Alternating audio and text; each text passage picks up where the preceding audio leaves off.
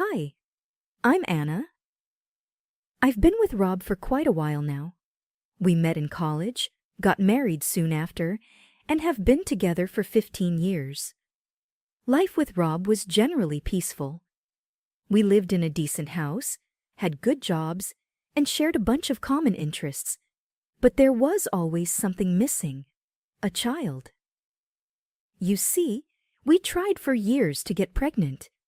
We visited doctors, tried different treatments, and even considered adoption, but nothing worked. As time went on, the strain of our childless reality began to pull at our once strong bond. Arguments became frequent, and the future started to look a bit gloomy. But then one day, something changed. It was a regular Wednesday morning. I woke up feeling a little queasy. Thinking it was something I ate, I brushed it off. But then I remembered. I had missed my period. Could it be? I quickly rummaged through the bathroom cupboard and found a leftover pregnancy test from years ago. Without wasting a moment, I used it, waiting for the result. The result felt like the longest 3 minutes of my life. When I finally dared to look, it was positive. My heart raced. We were pregnant. The joy, the excitement, the fear, it all rushed in. I had to tell Rob. He was in the living room, engrossed in some paperwork. Taking a deep breath, I walked up to him, the test still in my hand. "Rob," I began, trying to keep my voice steady. "I'm pregnant." He looked up, his expression unreadable. Then he said, "Are you sure? I mean, at this age, is it even safe?" I was taken aback. This wasn't the reaction I was expecting. "I took the test, Rob. It's positive," I said, trying to reassure him.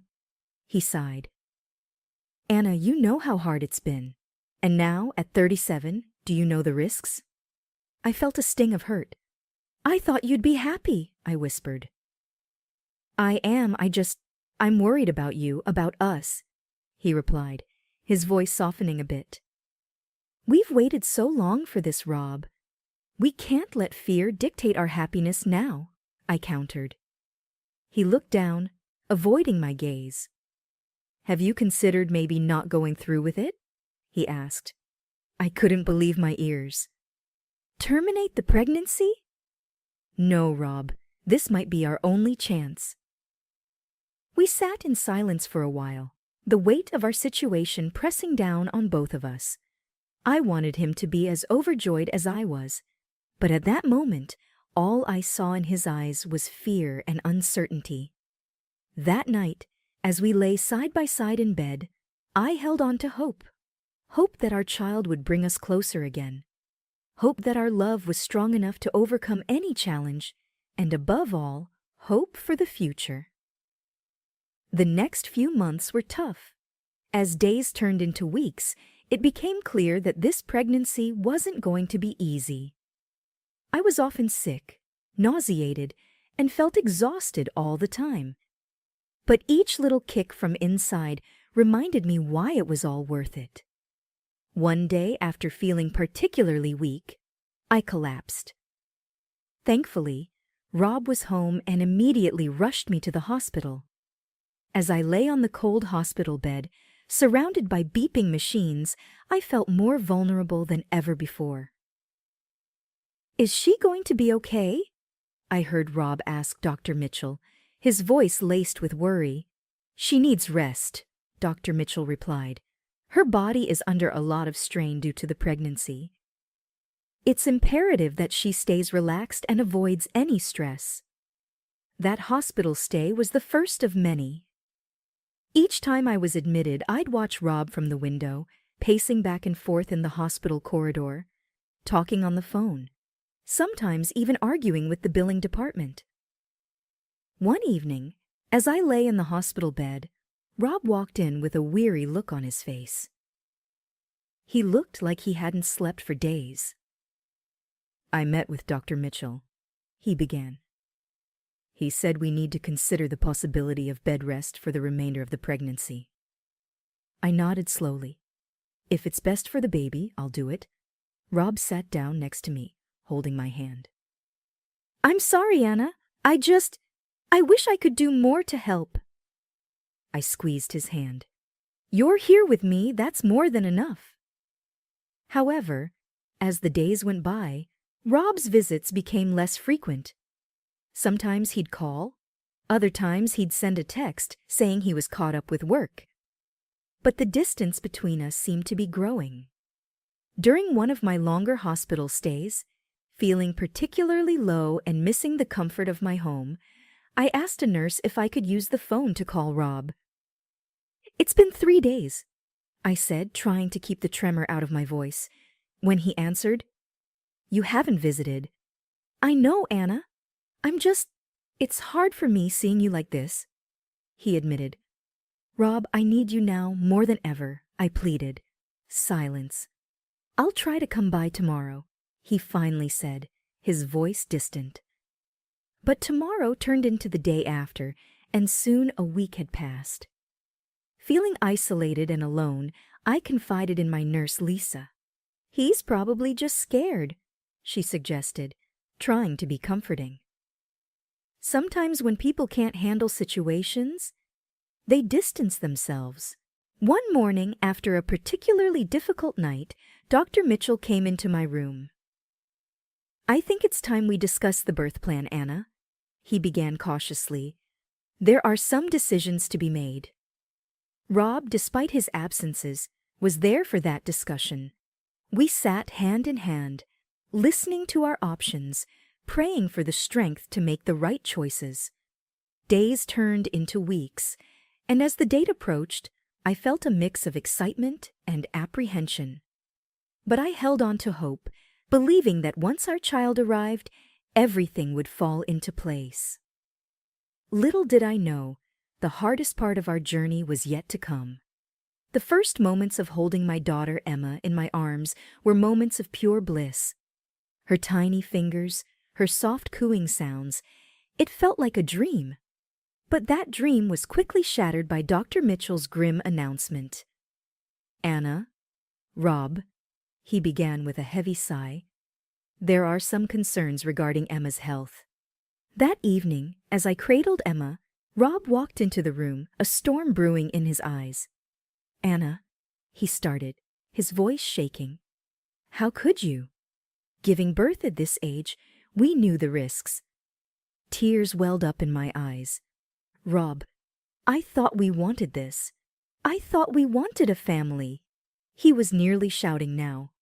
You should have considered an abortion. Why bring a child into the world with so many complications because of your selfishness? I was shocked. Rob, she's our daughter. We should be together in this, not pointing fingers. His face was red with anger. I can't believe I'm in this situation. I can't raise a child with potential disabilities. It's not the life I imagined. As the weight of his words sank in, a cold dread filled my heart. So what are you saying, Rob? He hesitated for a moment. I don't think I can do this. I can't be here, not like this. It felt like the floor had been pulled from beneath me. You're abandoning your daughter because she might be different? He looked away, unable to meet my gaze. I just can't handle it, Anna. Devastation turned into determination. Fine. If you're leaving, then leave for good. But you'll have no claim over Emma. He didn't respond. Instead, he turned and walked away, leaving me with our newborn daughter, grappling with the uncertainty of our future. The first few weeks after Rob left were the hardest. The house felt empty, but the silence was deafening, and the reality of being a single mother weighed heavily on me. But every time I looked into Emma's big, innocent eyes, I felt a surge of determination. I was going to make sure she had the best life possible, no matter what it took. My sister Linda was a godsend during this time. She came over often, helping with household chores and looking after Emma so I could rest. One evening, as I was feeding Emma, Linda walked in holding 2 mugs of hot cocoa. "Anna," she began gently, "you need to think about the future. Have you considered finding a place of your own?" I sighed, looking around the home that held so many memories. "I've thought about it, but the thought of leaving this place, it's just hard." Linda took my hand. "I know. But think about Emma. This house will always remind you of Rob and everything that happened. You both deserve a fresh start." She was right. I needed to let go of the past and focus on building a new life for Emma and me. The search for a new place wasn't easy with my limited savings and no job. Options were limited. But then one day, Linda called me excitedly. "Anna, you won't believe what I found. There's a small house for rent in my neighborhood. It's perfect for you and Emma." I went to see the house the very next day. It was a cozy 2-bedroom place with a small garden in the back. The landlord, Mrs. Peterson, was a kind elderly lady who lived next door. "Linda speaks very highly of you," Mrs. Peterson said, smiling warmly. "The place is yours if you want it." I felt tears of gratitude welling up. "Thank you, Mrs. Peterson. This means so much to me." Moving in was hectic, but with Linda's help, we managed. As I set up Emma's room, filling it with toys and her tiny clothes, a sense of peace washed over me. This was our home, our sanctuary. Linda popped her head into the room. "How's it going in here?" I smiled, hugging Emma close. "It's perfect. I can't thank you enough." She hugged us both. "That's what family is for. You're not alone in this, Anna. Remember that." Days turned into weeks, and life began to settle into a new routine. Morning walks with Emma, visits to the local park, and coffee dates with Linda became our new normal. One day, as Emma and I were playing in the garden, Mrs. Peterson walked over, holding a tray of freshly baked cookies. "Thought you two could use a treat," she said, smiling. I smiled back, taking a cookie. "Thank you, Mrs. Peterson. It's delicious." She chuckled. "Call me Ellie." Feels strange being called Mrs. Peterson by my new neighbor. We chatted as Emma giggled and played. Ellie shared stories of her own children, offering advice and wisdom. I felt a connection, a sense of community that had been missing for so long. As the days went by, the pain of the past began to fade. With the support of my sister and new friends like Ellie, I realized that while one chapter of my life had closed, another, even more beautiful one, was just beginning. Emma's first birthday was just around the corner, and I was deep in preparations. Ellie and Linda offered their assistance, suggesting ideas for decorations and games. As the day drew nearer, I found myself reflecting on the whirlwind of the past year. My baby girl, Emma, was blossoming into a bubbly, inquisitive child, her laughter a constant source of joy. One afternoon, as I was laying Emma down for her nap, the phone rang. The sound was sharp and unexpected. "Hello? Hello, Anna?" came the familiar voice. It was Dr. Mitchell. I felt a twinge of anxiety. "Dr. Mitchell, is there a problem?" He hesitated, which only deepened my concern. "Anna, I need you to come to the hospital. There's something about Emma we need to discuss." I felt my heart in my throat. "Is she okay?" His voice was thick with regret. "Please come in. We need to talk face to face." Linda agreed to watch Emma while I rushed to the hospital.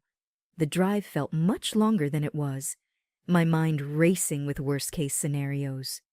Dr. Mitchell greeted me in his office, his usually calm face lined with worry. "Anna, I'm so sorry to call you in this way." My patience was thinning. "What's going on?" Taking a deep breath, he began. "There's been a grave error. The initial test we ran on Emma after her birth got mixed up with another baby's." My confusion grew. Meaning? He met my gaze, his eyes filled with regret. Emma is healthy, Anna. She doesn't have any medical condition. I couldn't express how deeply sorry I am. The weight of his words hit me hard. You mean to tell me I've lived this past year under false assumptions? My life turned upside down because of this? His voice was barely above a whisper. Yes, and it's my responsibility. I can't begin to fathom the pain this has caused. I thought of Rob, of the bitterness and pain this mistake had caused. It's shattered my life. Dr. Mitchell looked defeated. I know words can't change the past, but I'll do everything I can to make it right. I took a moment to collect my thoughts. I need time to process this. Driving home, a mix of relief and fury consumed me. Yet, seeing Emma's joyful face as I walked in grounded me. She was my world, and she was okay. That night, Linda and I sat down, and I relayed everything. She was horrified. Anna, what are you going to do? I looked at Emma, peacefully sleeping. For now, nothing, and I don't want Rob to know. He made his choice. Linda squeezed my hand. You're strong, Anna. Remember, you're not alone in this. In the stillness of the night, I reflected on our journey. Yes, the revelation about Emma's health was bittersweet, but one thing was for sure. I would protect and cherish her regardless of the past. The swift passage of time amazed me. Before I knew it, Emma was already 5 and gearing up for her first day of school. My feelings were a whirlwind of pride, hope, and the natural apprehension of a mother. At breakfast a few days before school, Emma gazed at me, her eyes shimmering with anticipation. Mom, will I be going to school like other kids? I smiled warmly. Yes, sweetie, in just a few days you'll be starting. Her face lit up. Will I find friends there? Will they like me? Touched by her innocence, I assured her. Emma, you're such a lovely girl. Of course they'll adore you. On her first day, dressed in her new school uniform with a pink backpack hanging from her shoulders, Emma paused at the school gates. With a quiver in her voice, she admitted, Mommy, I'm scared. No one will talk to me. I crouched to her eye level. Honey, always remember to be yourself. You're amazing and they'll see that. Just give it some time. Her small hand waved goodbye as she joined the bustling crowd of students. I watched her until she was out of sight, my heart heavy with the typical worries of a parent. A few weeks later, Emma was all excitement and stories about her new friend, Sophia. Their adventures during breaks, their shared love for painting, and their little secrets. One day, she bounced home asking, Mom, can Sophia come over tomorrow? Delighted at her blossoming friendship, I agreed. Absolutely. I'm eager to meet your new buddy. The next afternoon was filled with their giggles and playful shouts. From the corner of my eye, I noticed their genuine bond and thought of how childhood friendships were so pure and uncomplicated. As the sun dipped, a car pulled up. Emma, holding Sophia's hand, led her to the door. To my shock, standing there were Rob and a young woman, presumably his new wife. Emma, inside now, Rob's voice was curt. Sophia, sensing the tension, looked worriedly between her parents and me. Daddy, I had so much fun. Emma's my best friend. Rob's gaze was cold. Sophia, we've talked about this. You shouldn't play with inferior children. His voice dripped with disdain, making it clear whom he referred to. I felt a rush of anger. Before I could retort, the young woman, probably trying to mediate, gently tugged at Sophia's hand. Come, dear, let's go home. Emma stood close to me, her eyes filled with confusion and hurt as the car drove away. Mom, why did he say that? Holding her close, I replied, Sometimes, sweetie, people don't say the nicest things. But always remember, you're wonderful just the way you are. That evening, as I tucked Emma in, I promised myself that no matter what, I'd always protect her from the cruel judgments of the world. Only days after the incident, my phone buzzed with an unknown number. I hesitated, then answered. A woman's voice, soft yet firm, responded. "Hi, this is Emily, Sophia's mother. Can we talk?" Surprised, I replied cautiously. "Of course. What's on your mind?" She hesitated. "I'd rather discuss this face to face. Can we meet tomorrow? There's a cafe around the corner from your house." After a moment, I agreed. "All right, see you at 10 a.m. The next morning, I saw Emily waiting. She looked out of place, her pristine appearance contrasting with the laid-back vibe of the cafe. As I approached, she stood up, offering a polite if slightly forced smile. "Thank you for coming," she began, her eyes searching mine. After the other day, I couldn't shake off a nagging feeling that there's more to the story than Rob's told me. I took a deep breath. I'm not one to spread tales, but since Sophia is involved, I think you should know. She leaned forward, anticipation evident. "Please tell me everything." Over the next hour, I unfolded our past, how Rob and I had struggled with fertility, my unexpected pregnancy, his disinterest, the misdiagnosis, his leaving, and my subsequent journey with Emma. I made sure to be factual, not letting emotion color the narrative. Emily sat stunned. "He never told me any of this. He said you were the one who left him, and he always painted such a rosy picture of your marriage." I shrugged. "Sometimes people craft stories to cope or to hide." She looked defeated. "I feel like such a fool. I thought our love was genuine, but now it seems like he was just replacing one life with another." "Emily," I started, my tone firm, "it's not about him anymore. It's about Sophia and Emma. They formed a bond. I don't want Emma to suffer because of our past." She nodded. "I completely agree. Children shouldn't be dragged into adult disputes." As we parted, I felt a weight lifted. For the first time, I felt like I was truly free from Rob's shadow. Having laid our past bare that evening as Emma played with her toys, she looked up. "Mom, will I see Sophia again?" Smiling, I said, "Yes, sweetie, you will. And always remember, your past doesn't define your future. You do." My phone buzzed on the coffee table, startling me from my thoughts. Rob's name flashed on the screen, a name I hadn't expected to see in a long time. Hesitating for only a moment, I answered. "Anna." Rob's voice was filled with a mix of anger and desperation. "Do you have any idea what you've done?" I frowned, taken aback. "What are you talking about?" His voice grew softer, almost pleading. "Do you have any idea what you've done? Emily left me, she filed for divorce, and she's taken everything. Everything. I've lost almost everything, Anna, and it's all because she spoke to you."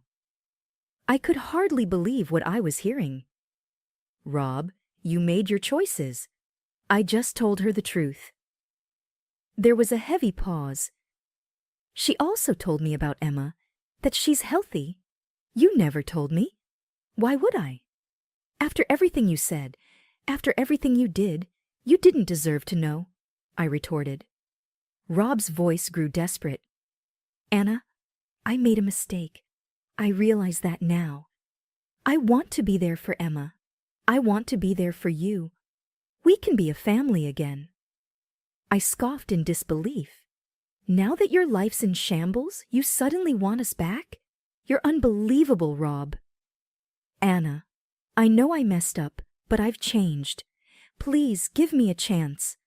I could feel anger rising in me. "You walked out on us, Rob. You called our daughter inferior and turned your back. Now that your little fairy tale with Emily has ended, you think you can just waltz back into our lives? Think again. He sounded desperate. Anna, I was wrong. I see that now. Can't you give me another chance? No, I replied firmly. Emma and I have moved on. We're doing just fine without you, and we don't need or want you in our lives. But Anna, it's over, Rob. Goodbye. I ended the call, my heart racing. I took a deep breath, letting the emotions wash over me. Emma and I had each other, and that was all that mattered. I wouldn't let Rob's selfishness disrupt our peace. Whatever challenges lay ahead, we'd face them together. You're never going to be as perfect as my mother. Jasper's words cut through the air like a knife. I stand there stunned as my husband of 5 years glares at me with a mixture of anger and contempt. I'm not your mother, and I never will be. I shoot back, my voice trembling with rage.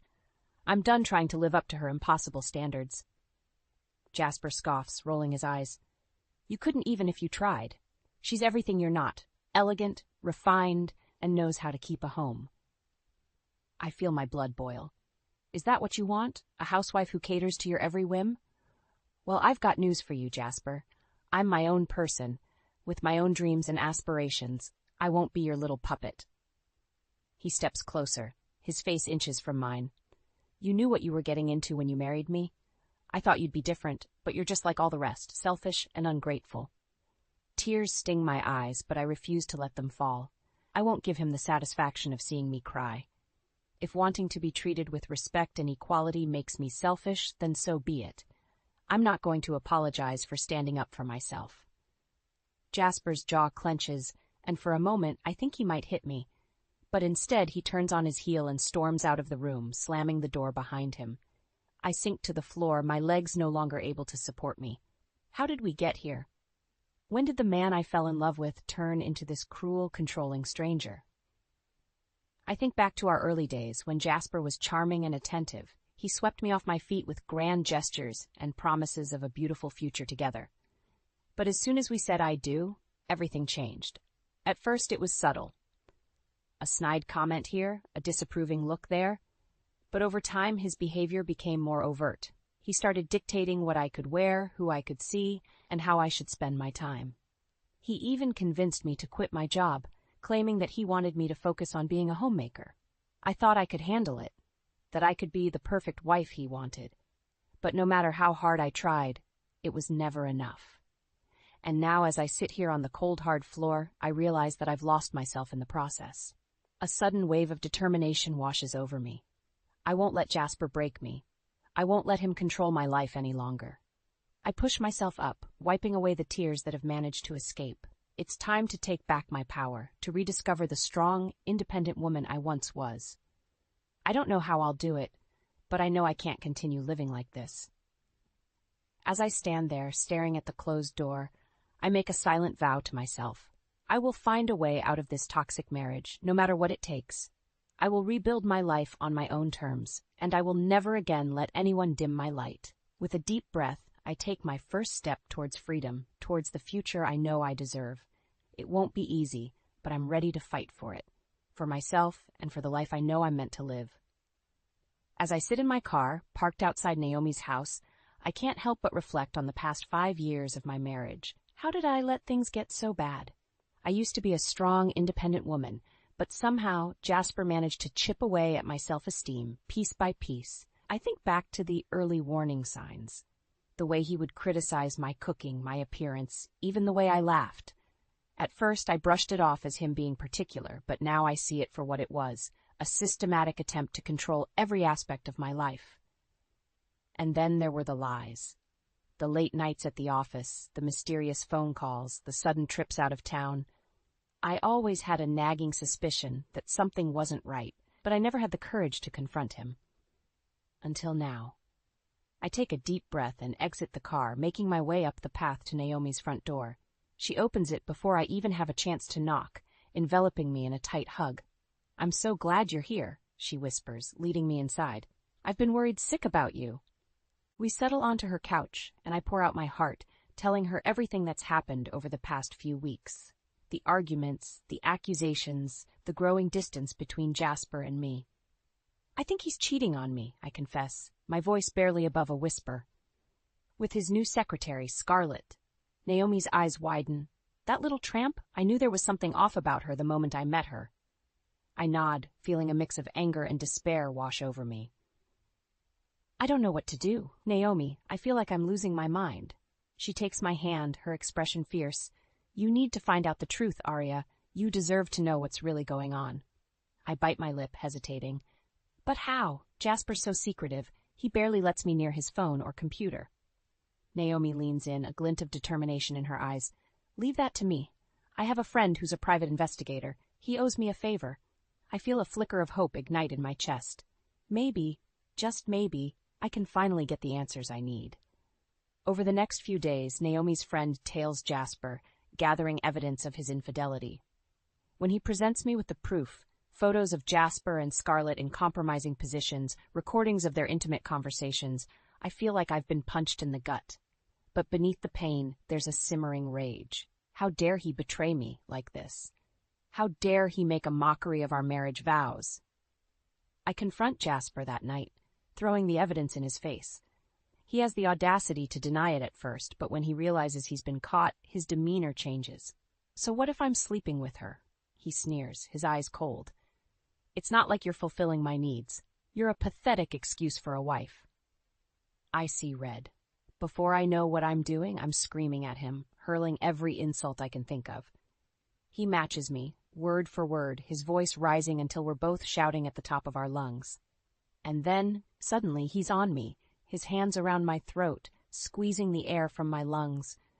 I claw at his fingers, gasping for breath, but he's too strong. Black spots dance in my vision as I feel myself slipping away. The next thing I know, I'm waking up in a hospital bed, my head throbbing and my arm in a cast. The doctors tell me I'm lucky to be alive, that I suffered a concussion and a broken arm from falling down the stairs. But I know the truth. Jasper pushed me. And if it hadn't been for a neighbor hearing the commotion and calling the police, I might not have survived. As I lie there, bruised and broken, I make a decision. I won't let Jasper win. I won't let him destroy me. I'll do whatever it takes to bring him to justice and rebuild my life, even if it means facing my darkest fears and confronting the ugliest parts of myself. The hospital room is cold and sterile, the beeping of machines my only company. I stare at the stark white ceiling, trying to process the events of the past few hours. How could Jasper do this to me? How could he hurt me like this? As if on cue, the door opens and my father Henry walks in. His face is etched with worry, his eyes red-rimmed from lack of sleep. Arya, my baby girl, he whispers, rushing to my bedside. I came as soon as I heard. Are you okay? I try to smile, but it comes out as more of a grimace. I've been better, Dad, but I'll survive. He takes my hand, his grip firm and reassuring. I know you will, sweetheart. You're the strongest person I know. Tears prick at the corners of my eyes. I don't feel very strong right now. I feel like a fool for not seeing Jasper for who he really is. My father's expression hardens. That man is a monster. I always had a bad feeling about him, but I never imagined he'd go this far. I nod, swallowing the lump in my throat. There's more, Dad. I found out he's been embezzling money from his father's company, and he's been using it to fund his affair with his secretary. Henry's eyes widen. Embezzlement? Affair? Jesus, Arya, you need to get away from him. Press charges. Make him pay for what he's done. I hesitate, fear gripping my heart. But what if he comes after me? What if he tries to hurt me again? My father's jaw clenches. He won't get the chance. I'll make sure of it. I may be retired, but I still have connections on the force. We'll get a restraining order, and I'll personally see to it that he's arrested for assault.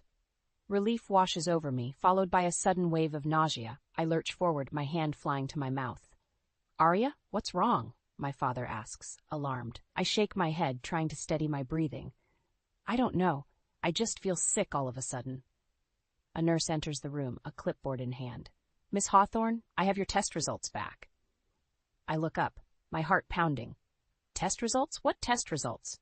The nurse gives me a sympathetic smile. The pregnancy test, dear. Congratulations. You're going to be a mother. The room spins, and I feel like I might pass out. Pregnant? How can this be happening? I can't bring a child into this mess. I can't let Jasper have any more power over me. My father squeezes my hand, his voice gentle. Arya, listen to me. This baby is a blessing, a chance for a fresh start. You can do this. You can be an amazing mother. I close my eyes, trying to imagine a future where I'm not constantly looking over my shoulder, waiting for Jasper to strike. A future where my child is safe and loved and protected. You're right, Dad, I say, my voice barely above a whisper. I can do this. I have to do this. For my baby and for myself. I open my eyes, a newfound determination coursing through my veins. I'm filing for divorce, and I'm going to make sure Jasper pays for everything he's done, to me and to his family's company. My father nods, a proud smile on his face. That's my girl. I'll be with you every step of the way. We'll get through this together. As I lie there, my hand resting on my still flat stomach, I feel a flicker of hope. Maybe this baby is a sign. A reminder that even in the darkest of times there's still a chance for light, for love, for a future worth fighting for. And fight I will. With every ounce of strength I have left in me, for my child, and for the woman I know I can become. Jasper may have broken my bones, but he'll never break my spirit. Not now, not ever. The divorce papers feel heavy in my hands as I sit across from Jasper and his mother, Evelyn. Her eyes are cold, her lips pressed into a thin line of disapproval. Arya, dear, she says, her voice dripping with false concern. Are you sure this is what you want? A divorce is so final. Think of the family name. Think of Jasper's reputation. I feel a surge of anger. Jasper's reputation? What about my well-being? What about the fact that he pushed me down the stairs and nearly killed me and our unborn child? Evelyn waves a dismissive hand. Oh, don't be so dramatic. It was an accident. Jasper would never intentionally hurt you. I laugh, the sound bitter and hollow. An accident? Is that what he told you? Well, let me tell you the truth, Evelyn. Your son is a monster. He's been cheating on me, embezzling money, and abusing me for years. And I'm done. I'm done being his punching bag and his doormat. Jasper leans forward, his eyes narrowed. You're making a mistake, Arya. You'll never survive without me. You're nothing without me. I meet his gaze, unflinching. That's where you're wrong, Jasper. I'm everything without you, and I'm going to make sure you pay for what you've done, to me and to your father's company. Evelyn gasps, her hand flying to her chest. What are you talking about? Jasper would never steal from his own father. I slide a folder across the table. I have proof. Bank statements, emails, recordings. He's been embezzling for years, using the money to fund his lavish lifestyle and his affair with his secretary.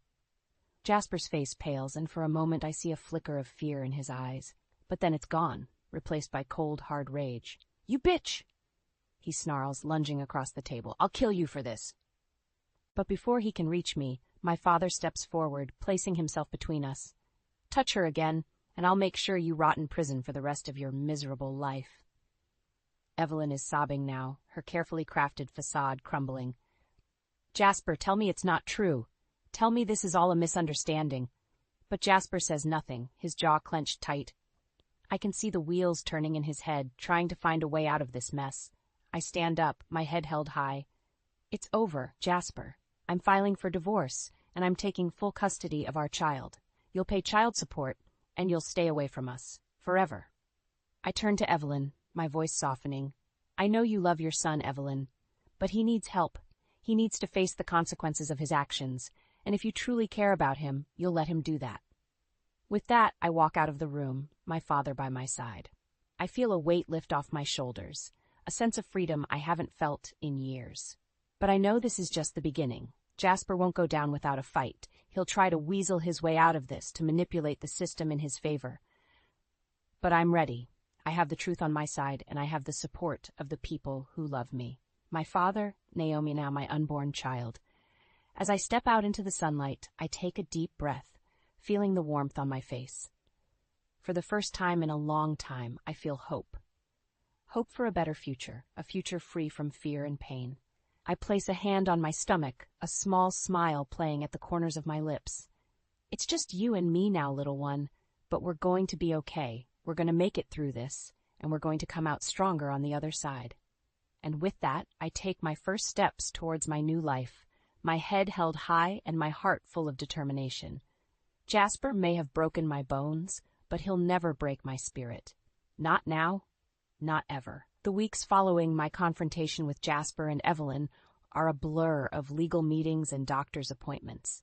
My father, true to his word, has been by my side every step of the way, helping me navigate the complex world of divorce proceedings and criminal investigations.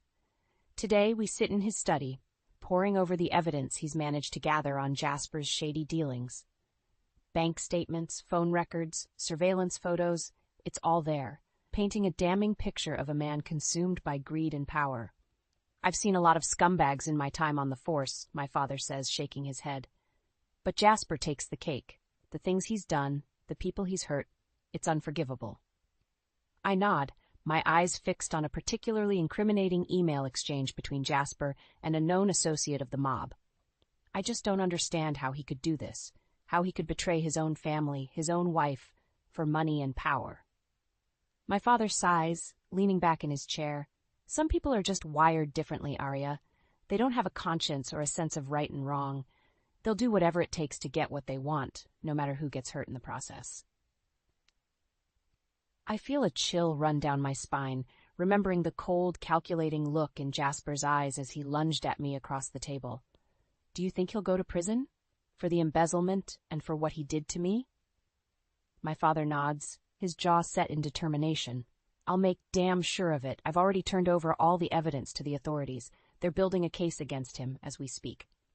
Relief washes over me, followed by a sudden wave of fear. But what if he tries to come after me? What if he tries to take our child away? My father leans forward, taking my hand in his. Arya, listen to me. I won't let that happen. I'll do whatever it takes to keep you and my grandchild safe. Even if it means putting myself between you and Jasper. Tears prick at the corners of my eyes, and I squeeze my father's hand. I don't know what I'd do without you, Dad. You've been my rock through all of this. He smiles, his eyes soft with love. That's what fathers are for, sweetheart, to protect their children, no matter what. We sit in silence for a moment, the weight of the past few months hanging heavy in the air. Finally, my father clears his throat, his expression turning serious. There's something else you should know, Arya. Something about Jasper's past. I feel a knot form in the pit of my stomach. What is it? My father takes a deep breath, as if steeling himself for what he's about to say. I did some digging, and it turns out this isn't the first time Jasper's been accused of domestic violence. His ex-girlfriend, a woman named Tara, filed a restraining order against him years ago. She claimed he beat her, threatened to kill her if she ever left him. I feel like I might be sick. Oh my God, why didn't I know about this? Why didn't anyone warn me? My father shakes his head, his expression grim. He had it sealed, buried deep, probably paid off a judge or two to make it go away. But it's all coming out now. The truth always has a way of coming to light.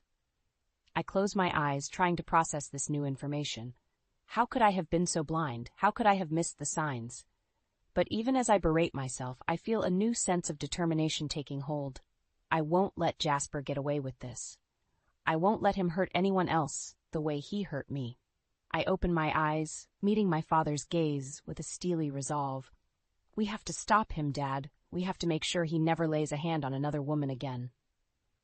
My father nods, a proud smile playing at the corners of his lips. That's my girl. We'll take him down, Arya, together, and we'll make sure he pays for every last one of his sins. The sound of shattering glass jolts me awake, my heart pounding in my chest. For a moment, I'm disoriented, my mind still foggy with sleep. But then I hear it again, the unmistakable sound of footsteps creeping through my apartment. Fear grips me, cold and paralyzing. I know it's Jasper. I can feel it in my bones. He's come for me, just like I always feared he would. I reach for my phone with shaking hands, dialing 911. But before I can even get a word out, my bedroom door bursts open and there he is. His eyes wild, his face contorted with rage. You stupid bitch, he snarls, stalking towards me. You thought you could ruin me? You thought you could take everything away from me? I scramble out of bed, my legs tangling in the sheets. Jasper, please, don't do this. Think about our child. He laughs, the sound harsh and mocking. Our child? You mean the bastard you're carrying? That thing is no child of mine. Tears stream down my face as I back away from him, my eyes darting around the room for an escape. but he's blocking the only exit, his body coiled with menace. I'm going to make you pay, Arya. I'm going to make you suffer for what you've done to me. He lunges at me, his hands outstretched. I dodge to the side, my instincts taking over. I've spent years being his victim, but not anymore. Not tonight. I grab the lamp from my bedside table, swinging it with all my might. It connects with Jasper's head with a sickening crack, sending him stumbling backwards. I don't waste a second. I run, my bare feet pounding against the hardwood floors. I can hear Jasper behind me, his footsteps heavy and unsteady. I make it to the front door, my fingers fumbling with the lock. But before I can wrench it open, Jasper is on me, his hands wrapping around my throat. "You're not going anywhere," he growls, his breath hot against my face. "You're mine, Arya. You'll always be mine." Black spots dance in my vision as he squeezes tighter, cutting off my air supply. I claw at his hands, desperate for release, but he's too strong, too fueled by rage and hatred. Just as I feel myself slipping away, the sound of sirens pierces the air. Jasper's grip loosens, his head whipping towards the window. "Police! Open up!" He curses under his breath, releasing me. I collapse to the floor, gasping for air. The next few moments are a blur of shouts and splintering wood as the police break down the door. They swarm into the apartment, their guns drawn. "Jasper Hawthorne, you're under arrest for attempted murder and breaking and entering." I watch as they handcuff him, his eyes still blazing with fury. But as they lead him away, I feel a sense of relief wash over me. It's over. He can't hurt me anymore. My father is there, his arms wrapping around me in a tight embrace. "It's okay, Arya. You're safe now. He's never going to touch you again." I nod, my body shaking with sobs. "I thought he was going to kill me, Dad. I thought I was going to die." He strokes my hair, his voice soft and soothing. "But you didn't. You fought back. You survived. And now he's going to pay for everything he's done." As the adrenaline fades, I feel a new emotion taking hold, a fierce, burning anger. Jasper may be in custody, but this isn't over, not by a long shot. I'll see him brought to justice. I'll make sure he spends the rest of his miserable life behind bars, and I'll do it all for our child, the innocent life he so callously dismissed. I may be battered and bruised, but I'm not broken. I'm a survivor, and I'll never let anyone make me feel powerless again. The courtroom is packed, the air thick with tension. I sit at the prosecutor's table, my father and Naomi by my side. Jasper is across the aisle, his face a mask of cold indifference. The trial has been a grueling ordeal, each day bringing new revelations of Jasper's cruelty and deceit. But today, as the final witness takes the stand, I feel a sense of anticipation building in my chest. Scarlett, Jasper's former mistress, looks nervous as she's sworn in. Her eyes dart around the room, avoiding Jasper's icy stare. "Miss Johnson," the prosecutor begins, "can you please tell the court about your relationship with the defendant?" Scarlett takes a deep breath, her hands trembling slightly. "We were lovers. He told me he was going to leave his wife for me, that we were going to start a new life together." Jasper's lawyer jumps to his feet. "Objection. Relevance?"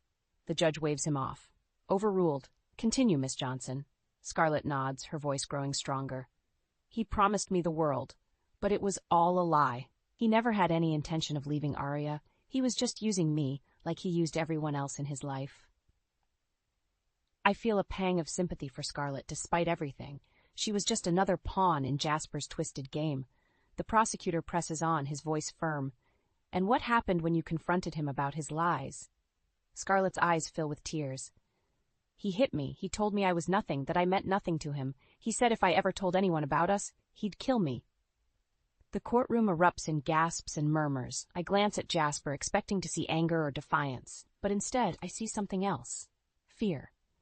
As Scarlett steps down from the stand, the prosecutor calls his final witness. The state calls Evelyn Hawthorne to the stand. I watch in disbelief as Jasper's mother takes the oath, her face a mask of sorrow and regret.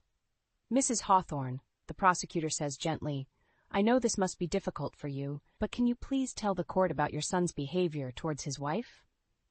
Evelyn takes a shuddering breath, her eyes fixed on her hands. "I knew he was hurting her. I saw the bruises, heard the fights, but I didn't want to believe it. I didn't want to believe my son could be capable of such things." She looks up, her gaze locking with mine. "But I was wrong. I was so wrong. And I'm so sorry, Arya. I should have protected you. I should have stopped him. Tears stream down my face as Evelyn's words wash over me. For so long I thought I was alone in this fight. But now I see that I have allies in the most unexpected places. The prosecutor turns to the jury, his voice ringing with conviction. Ladies and gentlemen, you have heard the evidence. You have heard the testimony of the brave women who survived Jasper Hawthorne's abuse. And now it's time for justice to be served. The jury deliberates for less than an hour before returning with their verdict, guilty on all counts. I feel a rush of emotion as the judge reads out the sentence, 25 years to life, with no chance of parole. It's over. It's finally over. As the bailiffs lead Jasper away, he turns to me, his eyes burning with hatred. This isn't over, Arya. I'll find a way to make you pay for this. But I just smile, my head held high. No, Jasper, you're the one who's going to pay for the rest of your miserable life. I walk out of the courtroom, my father and Naomi by my side. The sun is shining, the air crisp and clean. For the first time in years, I feel truly free. I know the road ahead won't be easy. I have a child to raise, a life to rebuild. But I also know that I'm not alone. I have the love and support of my family, my friends, and my own unbreakable spirit. And that's enough. That's more than enough. 5 years. That's how long it's been since I walked out of that courtroom, my head held high and my heart finally free. 5 years of raising my daughter, of building a life on my own terms, 5 years of healing, of learning to trust again, of rediscovering the strength that Jasper tried so hard to steal from me.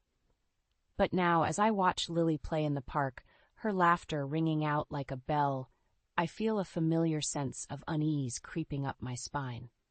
Because today is the day that Jasper is being released from prison, his sentence cut short by some bureaucratic loophole that I still don't fully understand. I've been dreading this moment for months. Ever since I got the call from the prison warden, I knew it was coming, but somehow I still feel unprepared. How do you face the man who nearly destroyed you, who left scars on your body and your soul that will never fully heal? I'm jolted out of my thoughts by a voice calling my name. I turn, my heart dropping into my stomach. It's Jasper, his face leaner and harder than I remember, his eyes still filled with that same cold hatred. Arya, he says, his voice dripping with false charm. It's been a long time. I stand up, my body tense and ready for a fight. What do you want, Jasper? He smiles, the expression not quite reaching his eyes. I want to see my daughter, of course. I have rights, you know. I shake my head, my voice trembling with barely suppressed rage. You lost those rights the moment you laid a hand on me, the moment you tried to kill me and our unborn child. Jasper takes a step forward, his fists clenched at his sides. Don't test me, Arya. I've spent the last 5 years dreaming of this moment, dreaming of the day I'd finally get to see you and Lily again. I stand my ground, my chin lifted in defiance. You'll never see her, Jasper, not as long as I'm alive. He laughs, the sound harsh and grating. You think you can stop me? You think you have any power here? I feel a sudden surge of strength, the same strength that carried me through the darkest days of my marriage, through the long and painful journey of rebuilding my life. I have all the power, Jasper, because I'm not afraid of you anymore. I'm not the same woman you married, the same woman you tried to break. I'm stronger now, stronger than you'll ever be. Jasper's face twists with rage, his hands balling into fists. But before he can take a step, I hear a voice calling out from behind me.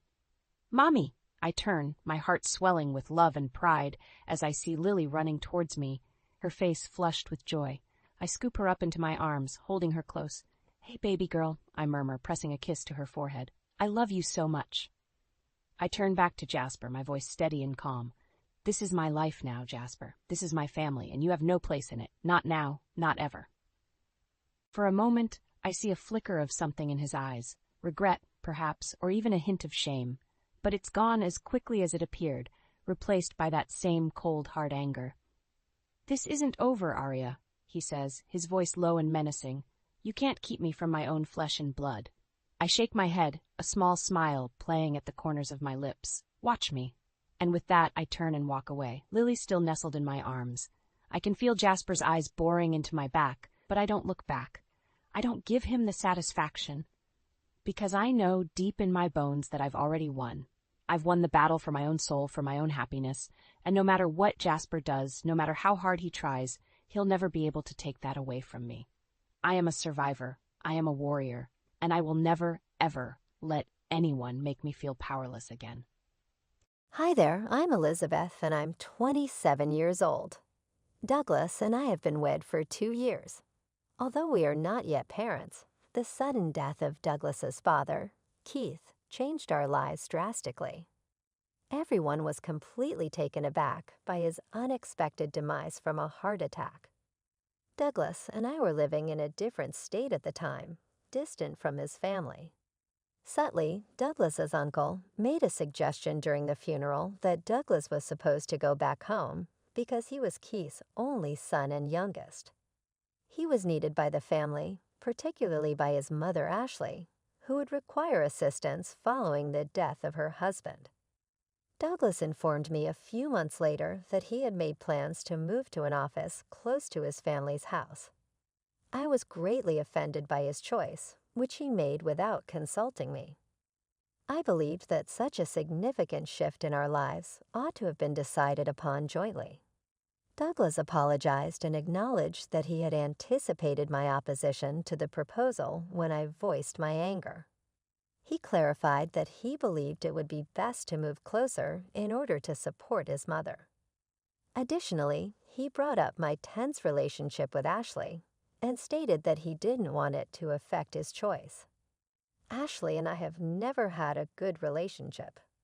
Due to our hectic schedules, we only traveled when we were on long vacations when we lived far away. Ashley frequently bemoaned our infrequent visits, contrasting us with Douglas's sisters, Stephanie and Catherine, who reside close and frequently visit. Douglas consistently stood up for us, claiming that regular visits were challenging due to our distance and employment obligations. But Ashley's biggest grievance with me has always been that we don't yet have kids. She freely asked why we hadn't started a family during a summer visit, concentrating on if I could even conceive. For me, it was a really embarrassing time. In spite of everything, I chose to move in with Douglas. I assumed I could get by since we wouldn't be spending all of our time at his mother's house. Ashley seems really pleased with my choice, which surprised me. She even asked me to tea a few weeks after we moved. I grudgingly decided to go because this was the first time she had tried so hard. Ashley and Stephanie were waiting to welcome me when I got to Ashley's house. "Elizabeth, it's been so long," Stephanie stated in a mocking tone. "Since you moved here, why haven't you come?" I already felt bad about coming. "I was so happy when you decided to move closer, but it seems I was wrong," Ashley replied, sounding almost joyous. "I take it you don't like me." I was surprised by what she said. This move was obviously going to be more complicated than I had anticipated. The stress I had previously experienced had only gotten worse, and I became aware that there might be difficulties ahead in this new phase of our life that I wasn't entirely ready for. I considered confirming Ashley's suspicion to see how she would respond, but I changed my mind. Rather, I said, "I don't think you're bad. I've simply been feeling ill as a result of acclimating to the new surroundings." That was partially true. Douglas hadn't even informed me of this visit, and I had been sleeping a lot at home due to fatigue. Why had I come here to listen to their critical comments? Ashley wasted no time accusing me of not liking her, but wasn't it the other way around? How are we supposed to get along when the atmosphere was always like this? Before I could even process her words, Steph jumped in sharply, saying, "How can you talk to your mother-in-law like that? Apologize to her right now." I expected Ashley to get angry or scold me, but what she said next left me completely surprised. "You're right," she said. "I've been mean, and I'm sorry, Elizabeth. I'm also sorry about the things I said about children. I was being nosy." Her tone wasn't sarcastic or harsh. It was genuinely apologetic. I braced myself, expecting some hidden jab or lecture, but it didn't come. Even Stephanie looked surprised. Then Ashley confessed something that caught me off guard. "All I've ever wanted is to hold a grandchild," she said quietly. She explained that Stephanie's husband was infertile, and Catherine seemed to be having trouble conceiving as well. Because of this, Ashley had pinned all her hopes on Douglas and me. I had known about Stephanie and Catherine's struggles, and hearing this softened my frustration a little. Douglas and I had talked about having children and were considering it, but I didn't like the pressure Ashley was putting on us. I decided to speak up. "Please just give us some time," I said, lowering my head slightly. "We're thinking about it, but it's not something that can be rushed. I'm sorry if I've upset you." Ashley nodded, and the tension seemed to fade. "Do you visit us sometimes?" I added softly, trying to bridge the gap between us. After that, Ashley and Stephanie turned their attention back to the TV. Ashley casually remarked, "I like this announcer. She's so energetic and bright." As I watched them chatting and sipping their tea, I felt a small pang of regret. Maybe if I had been more outgoing or approachable, things might have been different between us. It was a fleeting thought, but I couldn't ignore it. For the first time, I felt like there was a chance things could improve. Later that evening, my optimism was crushed. Douglas came home visibly upset. "I heard from Mom that you told her you have no intention of getting along with her," he said, his voice sharp. "She was crying, Elizabeth." "What did you say?" I was stunned. Earlier, he'd left with a smile, but now he seemed to think I'd caused a disaster. "Douglas, there's been a misunderstanding," I tried to explain. "I only said it's hard to build a friendship given how things are now. How does that mean I don't want to get along?" But Douglas didn't seem convinced. The fragile progress I thought we'd made with Ashley felt like it was unraveling already. I was scared. Douglas now seemed to fully believe Ashley's twisted version of events. The smile he had earlier felt like a lie, and I didn't know how to handle this situation. I tried to explain myself again, but he wasn't convinced. Then my phone buzzed with a message from Stephanie. It read, "After all the effort of moving here, weren't you prepared to make it work? If you're here with us, you need to be more patient." Douglas glanced at me, and his expression echoed Stephanie's words. I felt overwhelmed.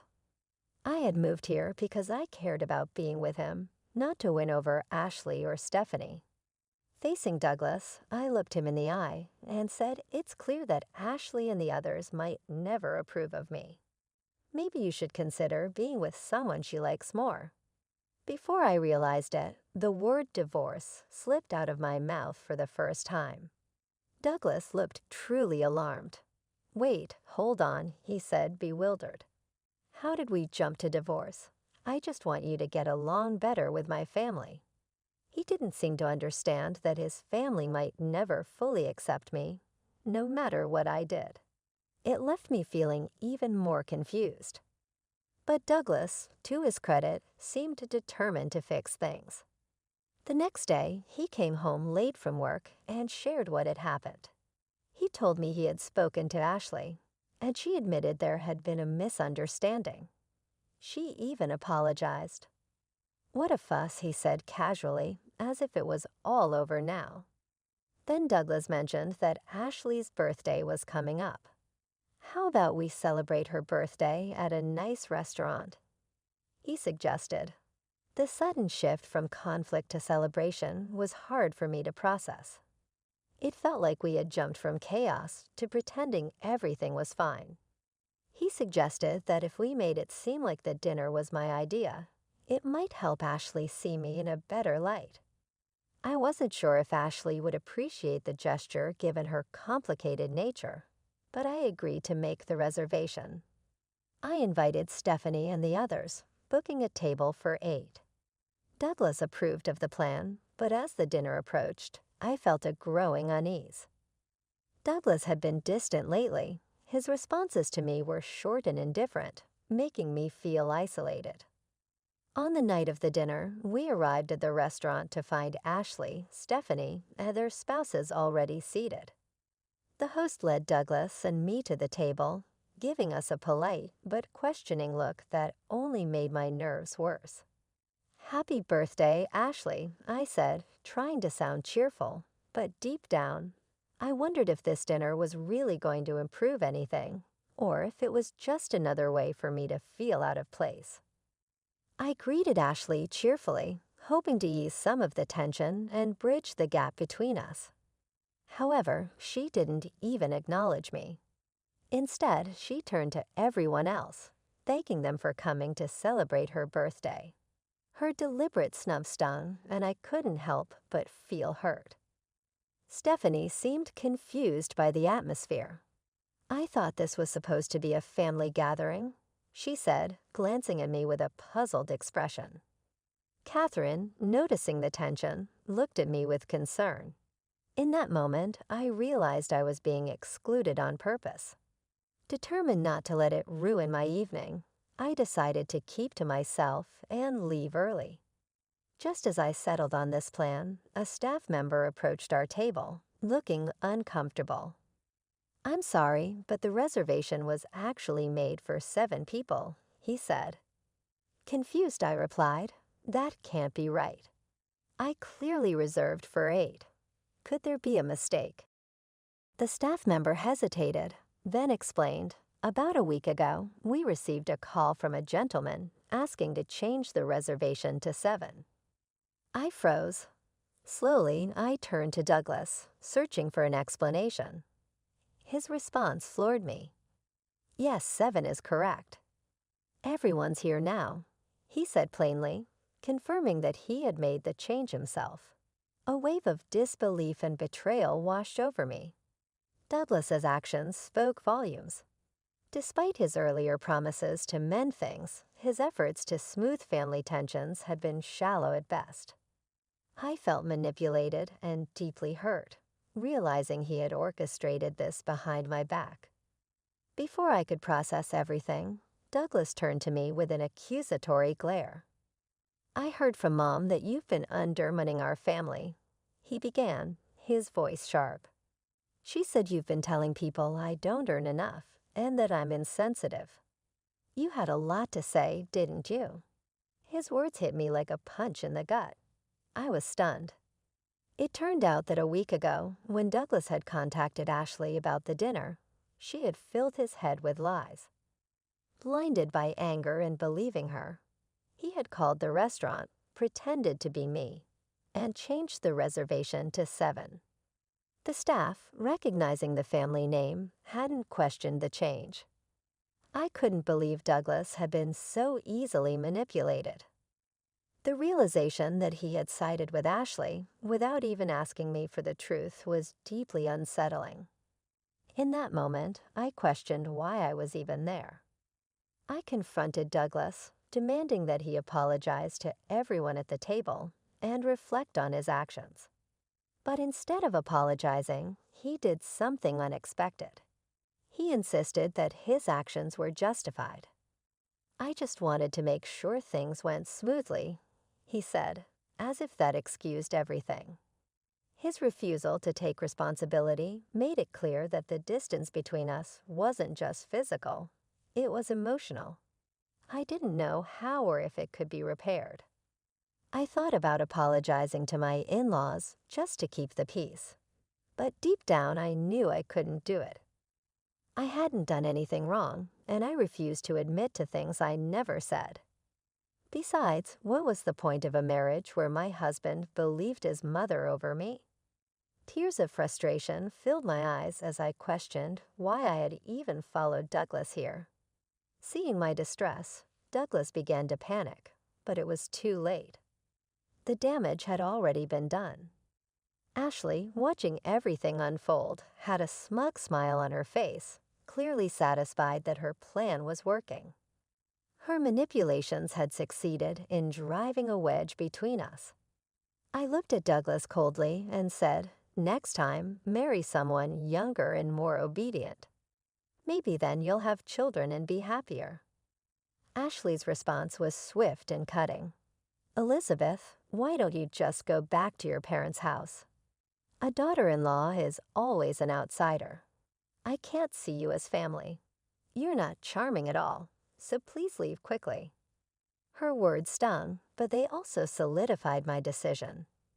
"I'll leave even without you telling me," I said firmly. "I'd like to see anyone get along with someone as twisted as you." With that, I turned and walked out of the restaurant. Douglas stayed behind, silent, with his head in his hands. Just as I reached the exit, I heard someone calling my name. I turned to see Catherine and her husband hurrying after me.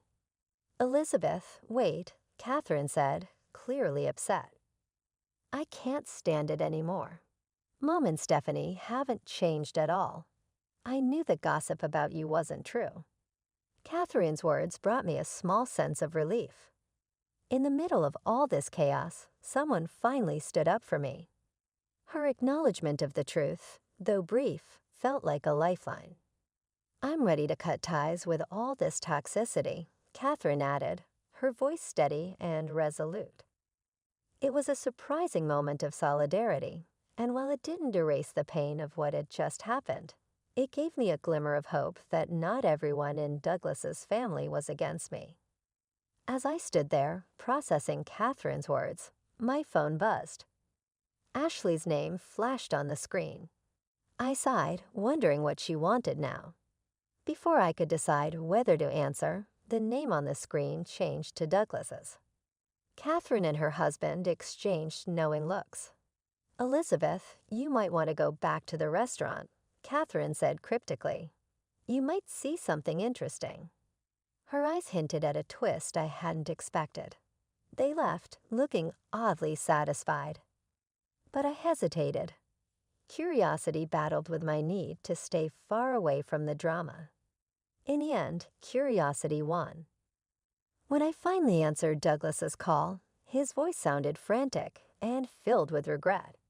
"Elizabeth, I'm sorry," he said, his tone desperate. "I didn't realize it was all a lie." Douglas blurted out on the phone, "I'll send the divorce papers later," he added hastily. But then his tone changed. "Wait, can you come back, please? It's a lifetime request." His almost childish plea made me want to laugh, but Catherine's cryptic hint earlier lingered in my mind. Curiosity got the better of me, and I decided to return to the restaurant. When I arrived, the scene before me was nothing like I had expected. A crowd had gathered around Douglas's table, and at the center of it all was a local TV. Announcer, Ashley's favorite, speaking into a microphone. The atmosphere was thick with tension. Ashley looked flustered, stumbling over her words as she tried to explain herself. "No, that's not it. It's a misunderstanding," she stammered. Douglas and Stephanie sat awkwardly, their discomfort written all over their faces. They clearly hadn't anticipated this sudden turn of events. The announcer, holding the microphone with authority, pressed Ashley for answers. "You love declared in the restaurant that Elizabeth is an outsider and should leave. What did you mean by that? Please explain in detail." Ashley's face turned pale, and her usual confidence seemed to evaporate. The tables had turned, and now she was the one under scrutiny. Meanwhile, Catherine's husband and a few others who had been offended earlier had quietly left, wanting no part in the escalating drama. I stood frozen, watching this surreal scene unfold. It took me a moment to piece together what was happening. It seemed that our family conflict had turned into a public spectacle, possibly even being broadcast live. My earlier frustration gave way to a mix of vindication and disbelief as I tried to make sense of it all. A staff member approached me, noticing my confusion. "It's been quite a day, hasn't it?" they remarked with a wide smile. They explained that the restaurant had scheduled a live TV. recording that day, which explained the announcer's presence. The camera crew and microphones had captured everything, turning our family dinner into an unexpected media event. The realization that our drama had been broadcast for all to see was both shocking and oddly satisfying. Ashley's harsh words, which she had so confidently uttered earlier, were now laid bare for everyone to judge. Just as I stepped aside to gather my thoughts, I noticed the announcer approach Ashley with a smile. "Would you mind giving an interview?" she asked brightly. Ashley, an avid fan of the announcer, looked thrilled. "An interview? Absolutely," she exclaimed, forgetting her earlier embarrassment. The announcer beamed. "The topic is daughter-in-law and mother-in-law relationships." Ashley's face faltered for a moment, realizing the irony of the situation. I couldn't help but smirk as I watched her wrestle with her own words. The evening had taken a bizarre turn, but in some strange way, justice had been served. We heard there was a heated argument earlier, and the daughter-in-law left in tears. "Can you tell us what happened?" the announcer asked, turning the spotlight directly on Ashley. Ashley and Stephanie froze, their faces pale. They were clearly caught off guard and didn't know how to respond. The truth was too embarrassing to admit. They had deliberately manipulated the situation to alienate me. From across the room, Douglas saw me and rushed over, his face full of desperation. "Elizabeth, please," he begged. "I can't let this shame be known. It was all a misunderstanding." His voice cracked, and he looked completely defeated. But by then, I had no sympathy left for him. Whatever feelings I once had for Douglas had evaporated. Ashley, trying to save face, forced a strange smile and attempted to smooth things over. "Oh, we usually call each other Elizabeth." "Elizabeth, come here," she called out, waving me over. I walked up slowly, knowing I had nothing left to lose. The announcer directed the microphone toward me. "You say you call each other Elizabeth, but how does the daughter-in-law view her mother-in-law?" I smiled faintly, my voice calm. "I've never been called Elizabeth by her," I said, looking Ashley in the eye. "What I've been called, though, is unpatriotic, because I haven't had children yet." Ashley has made it clear she thinks that's reason enough for a divorce. The crowd murmured and Ashley's smile faltered. I continued, my tone steady. "The truth is, Douglas and I haven't felt ready or confident enough to start a family. We haven't even tried in over 2 years, but that's never stopped Ashley from criticizing me." I paused, then added, "When I first fell ill and had to take a leave from work, Douglas was supportive. I appreciated that and decided to follow him here, thinking a change of environment might help me recover. But this is the result." I gestured to the scene around us. By then, I felt no sadness, only detachment as I spoke. I noticed Ashley and Stephanie's expressions. They looked utterly humiliated, their earlier confidence replaced with embarrassment. For the first time all day, I felt a small sense of satisfaction. The announcer, sensing the weight of my words, didn't interrupt. As I glanced at the cameras, I realized this might be broadcast nationwide. Watching Ashley squirm under the scrutiny, I couldn't help but smile. "Well," I said, turning back to Ashley, "since the daughter-in-law is considered an outsider, I guess I should leave. Goodbye." I walked out of the restaurant, ignoring the shouts and commotion behind me. The day had been long, chaotic, and emotionally draining, but as I stepped outside, I felt an unexpected sense of freedom. For the first time, I didn't feel weighed down by the drama. I felt lighter, as though I had finally let go of the toxic environment I had tried so hard to endure. And with that, I kept walking, savoring the release of leaving it all behind. I felt a mix of relief and satisfaction after everything that had happened. Even though Ashley and her family managed to prevent the footage from being broadcast, The incident had already caused quite a stir in our local community. The story spread quickly among relatives and acquaintances, becoming the center of gossip and speculation. After the drama, I returned to my room, packed my belongings, and moved back to my parents' house. I sent Douglas the divorce papers, but he took his time responding. Frustrated by the delay, I started considering hiring a lawyer to finalize things. One day, I was shocked to see Douglas at my parents' house. Gerald, my father, who is often cool under pressure, took a hard stance. Douglas expressed his profound regret, stated that he wished to break off contact with his family, and pledged to fully trust me going forward. But I thought his remarks were meaningless. It came too late and too little. Gerald didn't hold back, clearly disturbed by the hurt Douglas had caused me over the years. He questioned aggressively, "Why didn't you realize this sooner? After all these years, what have you done to Elizabeth? Simply sign the divorce documents and go." Douglas's face was etched with remorse. He gave the signed divorce papers to her, trembling. It didn't matter that his handwriting was weak and hardly readable. Our marriage was formally over when the paperwork was processed without any problems. I soon discovered more about the reality of Stephanie's predicament. As she had stated, her husband was not the reason of her infertility. Rather, it was her own health problems. Her own marriage ended as a result of this realization. She stopped going to see Ashley and ceased being involved with the family. Douglas, who is now divorced, moved back to their little village to live with Ashley.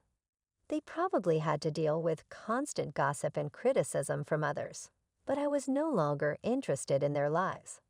I had finally closed that chapter of my life. My life started to become better in the months that followed. I got back in touch with a classmate from my hometown. We fell in love right away and were married. In contrast to my previous marriage, this one was characterized by understanding and joy. Our lovely daughter, who is now a year old, was born shortly after. I'm expecting our second child right now, which will only make us happier. Ashley and my new mother-in-law couldn't be more different. She is considerate, encouraging, and shows me true affection and respect. She has truly been a blessing in my life, providing the love and affection I never imagined I would find in a family. Despite the unpredictability of life, I feel content and loved right now. I am incredibly thankful for this new phase of my life, which has given me the support and happiness I once believed were unattainable. My name is Vivian Miller, and I never thought I'd be staring divorce in the face at 32. But here I am, watching my husband of 5 years pack a suitcase like our marriage means nothing more than a failed business venture. "Brad, please," I pleaded, my voice cracking. "We can work this out. We always have." He didn't even look up from his methodical folding. "There's nothing to work out, Vivian. I've made myself clear." I felt my chest tighten, remembering the bomb he'd dropped on me just an hour ago. The words still rang in my ears, sharp and unforgiving. "Vivian, it's been a year. I'm not getting any younger. We need to start a family now or I'm done." I'd been stunned into silence then, but now anger bubbled up inside me. "You can't just put an expiration date on our marriage, Brad."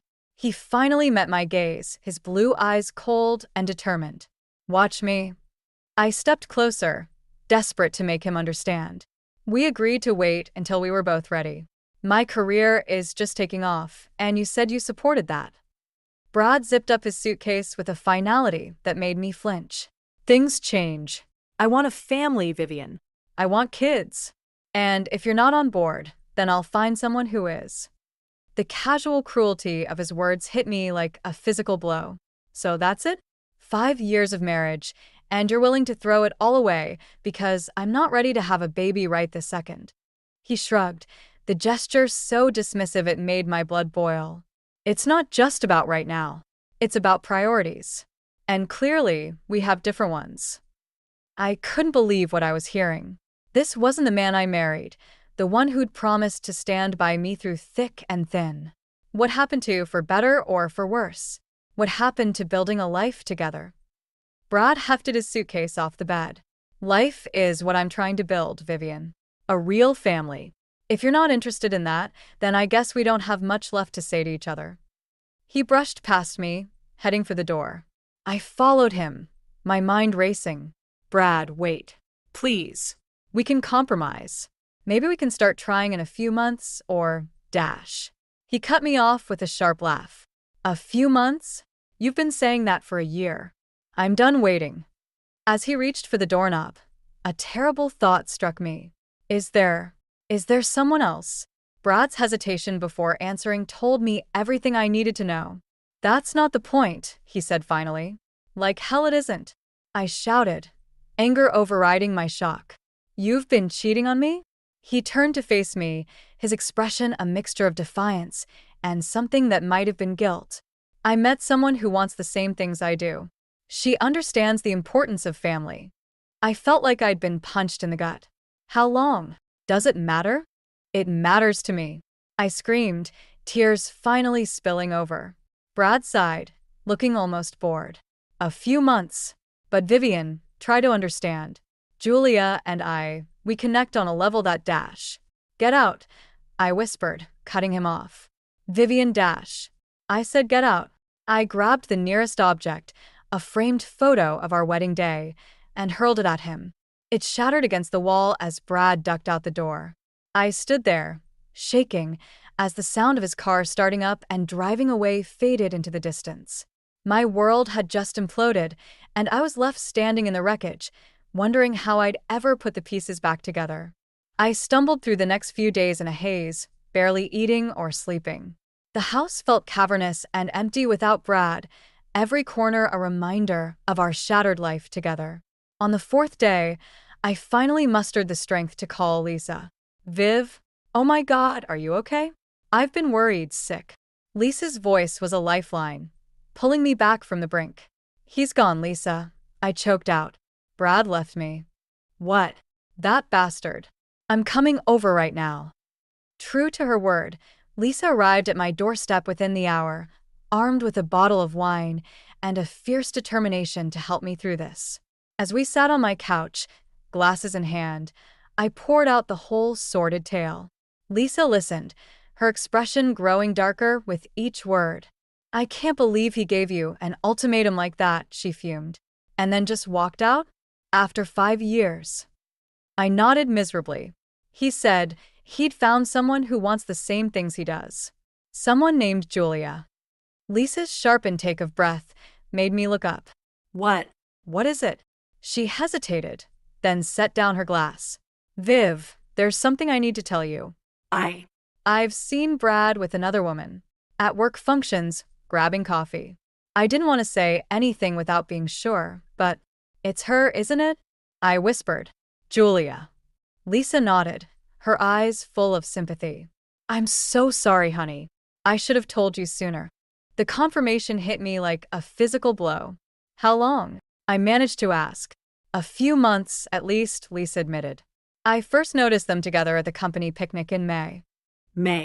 4 months ago. While I'd been planning our anniversary trip, Brad had been falling for someone else.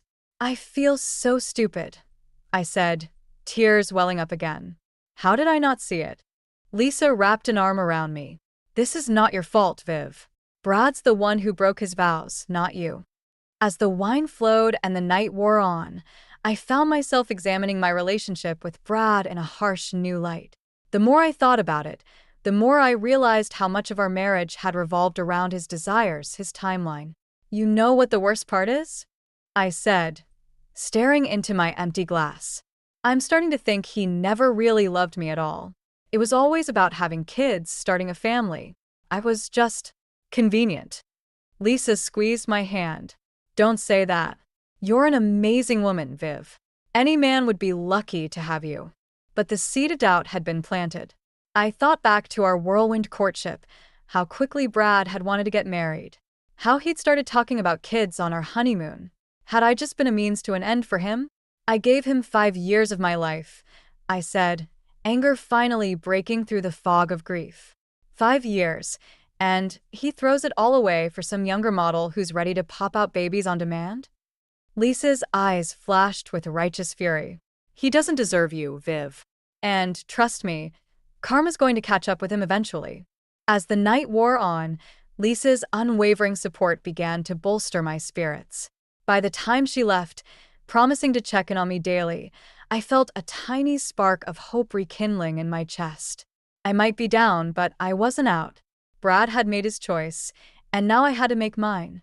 I could wallow in misery, or I could pick myself up and start rebuilding my life. As I crawled into bed that night, exhausted but clear-headed for the first time in days, I made a silent vow to myself. I would not let Brad's betrayal define me. I would emerge from this stronger, wiser, and ready to find the kind of love I truly deserved.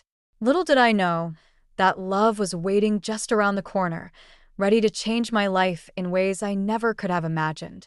6 months after Brad's departure, I found myself at a charity gala, coordinating the event with a newfound passion for my work. The sting of betrayal had faded, replaced by a determination to rebuild my life on my own terms. As I surveyed the bustling ballroom, a tall, dark-haired man caught my eye. He was fiddling with a camera, a look of intense concentration on his face. "Need a hand?" I offered, approaching him. He looked up, startled, then broke into a warm smile. "That obvious, huh? I'm Alex. Graphic designer by trade, amateur photographer by night." "Vivian," I replied, returning his smile. "Event planner and your savior for the evening." We spent the next hour chatting between his photo sessions and my event management duties. Alex was witty, kind, and refreshingly genuine. By the end of the night, we'd exchanged numbers and made plans for coffee. Our first date turned into a second, then a third. Before I knew it, Alex had become a constant in my life, his steady presence healing wounds I didn't even know I still had. One night, as we strolled through the park, hand in hand, Alex turned to me with a serious expression. "Viv, there's something I need to ask you," he began, his voice trembling slightly. My heart raced, a mix of excitement and fear coursing through me. Alex dropped to one knee, pulling out a small velvet box. "Vivian Miller, will you marry me?" Tears welled up in my eyes as I nodded, too overwhelmed to speak. As Alex slipped the ring onto my finger, I felt a surge of joy I hadn't experienced in years. Later that night, curled up on Alex's couch, I confessed my lingering fears about marriage and children. "Alex, I need you to know, I'm not sure if I'm ready for kids yet. My ex-husband, Alex silenced me with a gentle kiss. "Viv, listen to me. Having children is a decision we'll make together, when we're both ready. There's no rush, no ultimatum. I love you for you, not for some hypothetical future family." His words washed over me like a balm, soothing fears I didn't even realize I still harbored. The next few months were a whirlwind of wedding planning and domestic bliss. Alex and I moved in together, merging our lives with an ease that still amazed me. On our wedding day, as I walked down the aisle towards Alex, I felt a sense of rightness I'd never experienced before. This was what love was supposed to feel like: supportive, nurturing, and free from pressure or conditions. As we exchanged vows, Alex's eyes shining with unshed tears, I silently thanked the universe for bringing him into my life. "I promise to love you, support you, and stand by you through whatever life throws our way," Alex said, his voice steady and sure. "You are my partner, my equal, and my best friend. I can't wait to build a life with you, whatever that may look like." At the reception, Lisa pulled me aside, her face glowing with happiness for me. "I told you karma would work its magic, didn't I?" she said with a wink. "Alex is perfect for you, Viv. I'm so glad you found each other." As Alex and I swayed on the dance floor for our first dance, I rested my head on his shoulder, feeling truly at peace for the first time in years. "Thank you," I whispered. Alex pulled back slightly, looking at me quizzically. "For what?" "For loving me, for being patient, for showing me what a real partnership looks like." He smiled, pulling me close again. "Always, Viv. We're in this together, now and forever." As the night wore on, surrounded by friends and family, I realized that my failed marriage with Brad hadn't been an ending, but a beginning. It had led me here, to this moment, to this man who loved me unconditionally. The future stretched out before us, full of promise and possibility. Whatever came next, I knew Alex and I would face it together, as true partners should. Life with Alex was everything I'd ever dreamed of and more. Our first year of marriage flew by in a blissful whirlwind of love, laughter, and mutual support. We'd settled into a cozy routine, balancing our careers with quality time together, and I never felt more content.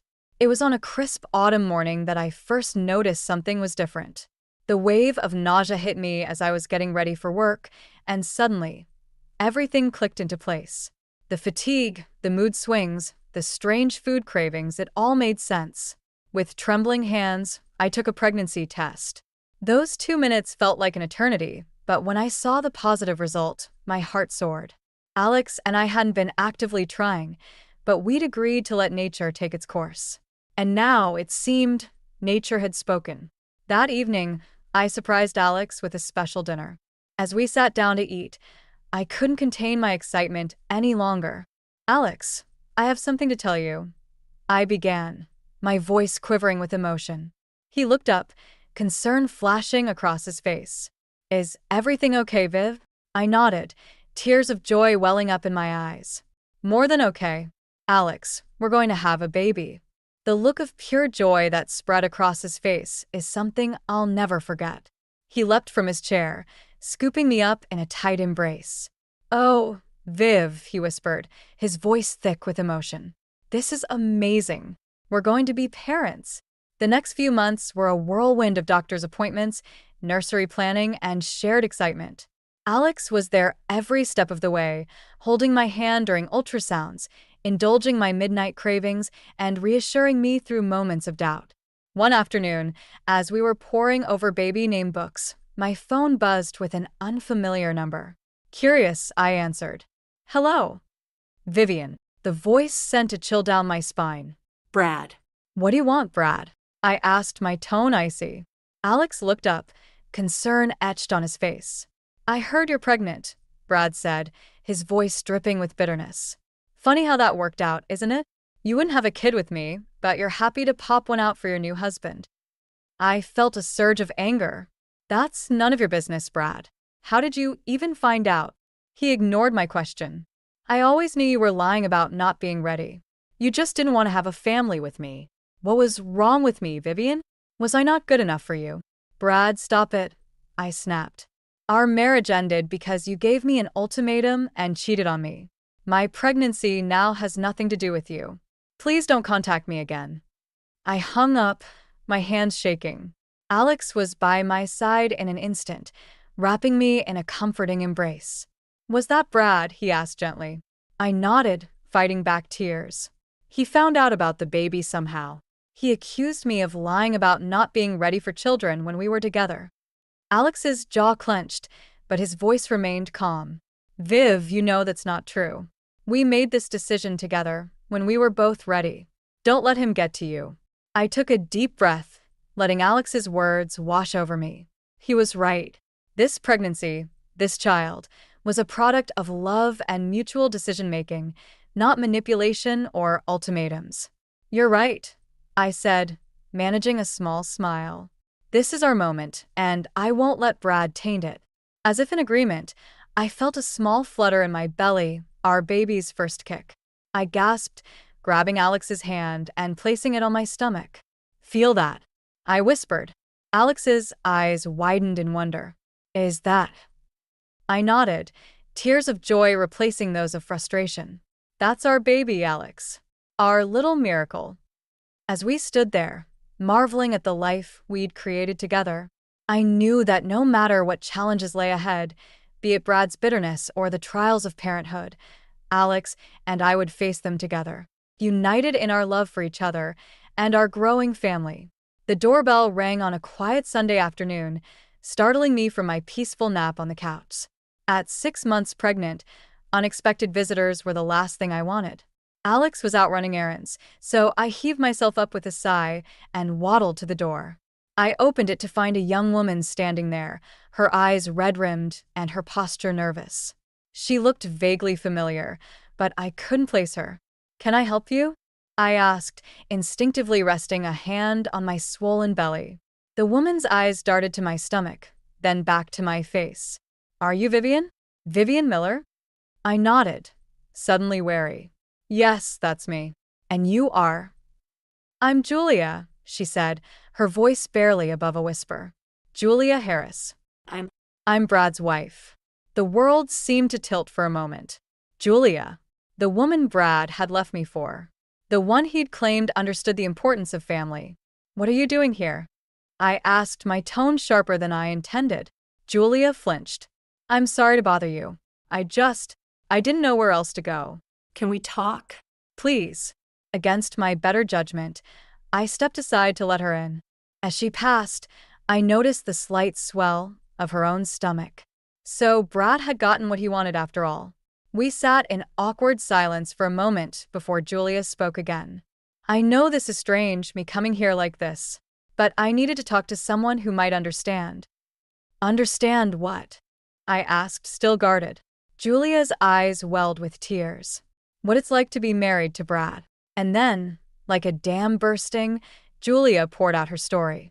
How Brad had swept her off her feet, promising her the world and a perfect family. How quickly things had changed after their wedding. The constant pressure to get pregnant, the mood swings, the emotional manipulation.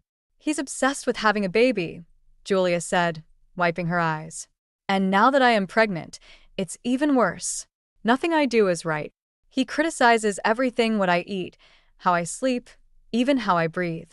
He says I'm going to be a terrible mother." As I listened, a chill ran down my spine. It was like hearing my own experiences reflected back at me, but amplified.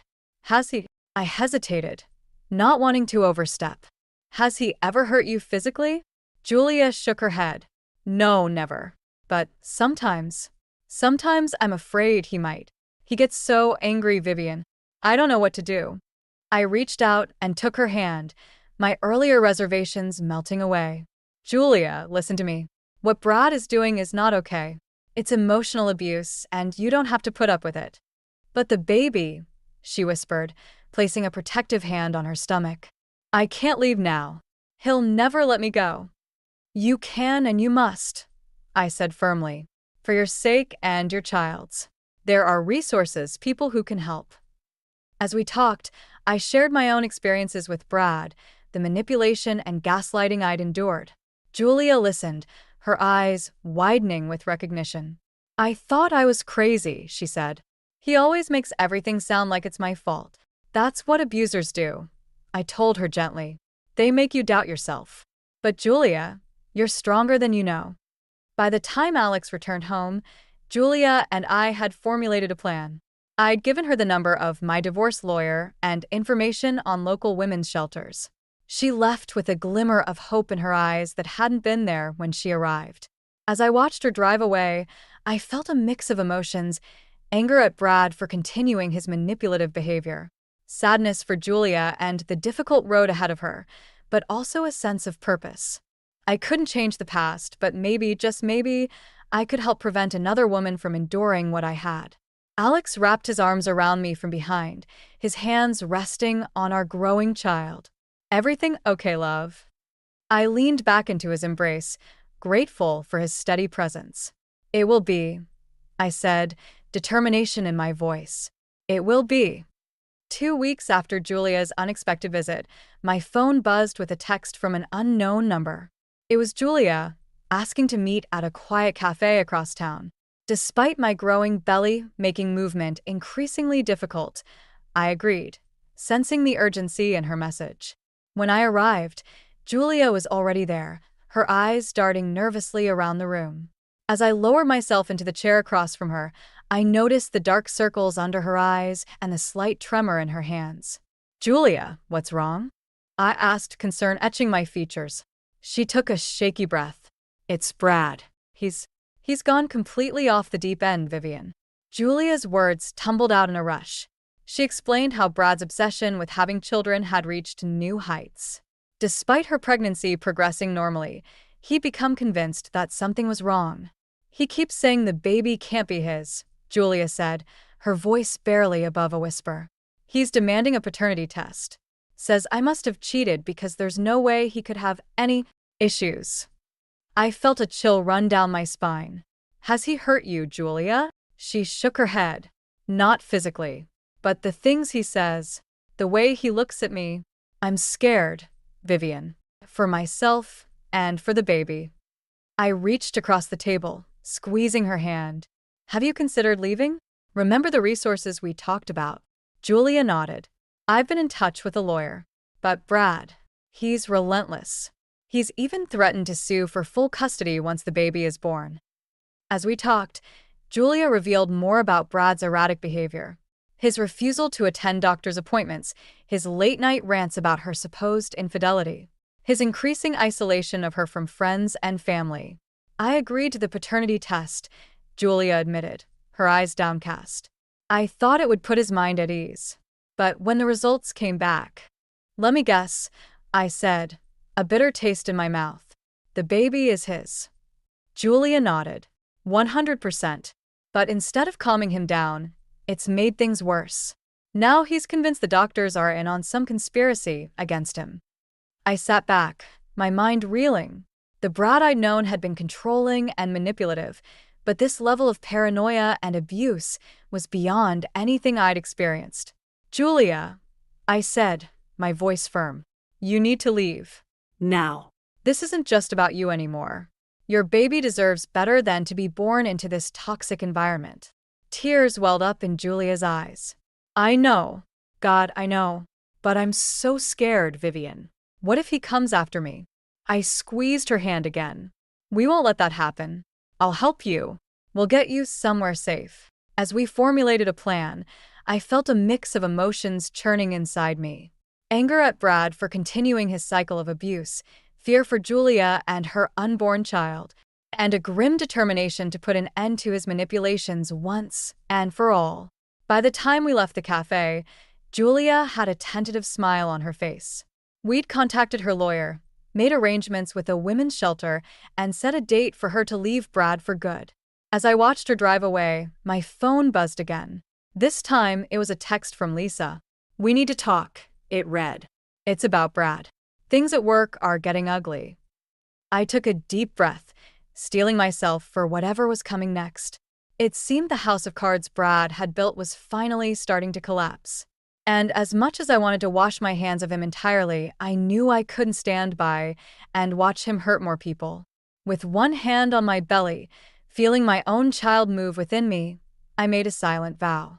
This ended now. For Julia, for her baby, and for every other woman Brad might try to manipulate in the future. It was time to face the monster I'd once called my husband and put an end to his reign of emotional terror once and for all. The day Julia filed for divorce, all hell broke loose. I received a frantic call from her as she left the courthouse, her voice trembling with a mixture of fear and determination. I did it, Vivian, she said, her words rushed. I filed the papers. But Brad, he's furious.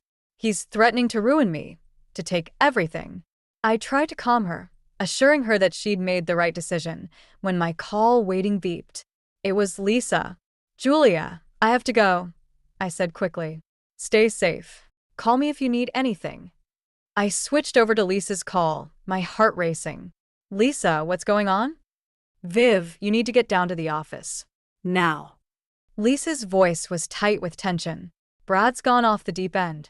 He's telling everyone who'll listen that you're to blame for everything. His failed marriages, his issues with Julia, even his work problems.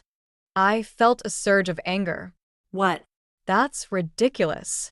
I know, but it's worse than that, Lisa continued. He's been engaging in some seriously unethical behavior at work. Falsifying reports, harassing female employees. I've been gathering evidence for weeks, and I'm about to present it to the board. But I think you should be here. My mind reeled.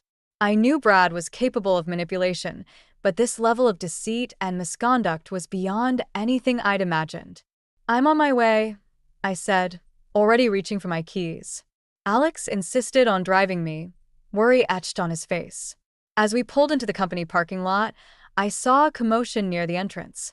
Brad was there, his face red with rage, shouting at a group of employees.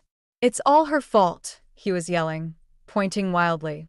"Vivian ruined everything. She's poisoned all of you against me." I took a deep breath, squeezing Alex's hand before stepping out of the car. As I approached, Brad's eyes locked onto me, filled with a hatred that sent chills down my spine. "You," he snarled, lunging towards me. Alex quickly stepped between us, his stance protective. "That's enough, Brad." Lisa's voice cut through the chaos. She emerged from the building, flanked by 2 security guards and what looked like members of the company board. "Mr. Miller," one of the board members said sternly, "your behavior is completely unacceptable. We've heard Ms. Thompson's evidence, and coupled with your actions today, we have no choice but to terminate your employment effective immediately." Brad's face went pale. "You can't do this to me," he stammered. "It's all lies. Vivian put you up to this, didn't she?" I shook my head, feeling a mix of pity and disgust. "This is all you, Brad. Your choices, your actions. It's time to face the consequences." As security began to escort Brad from the premises, he made one last desperate lunge towards me.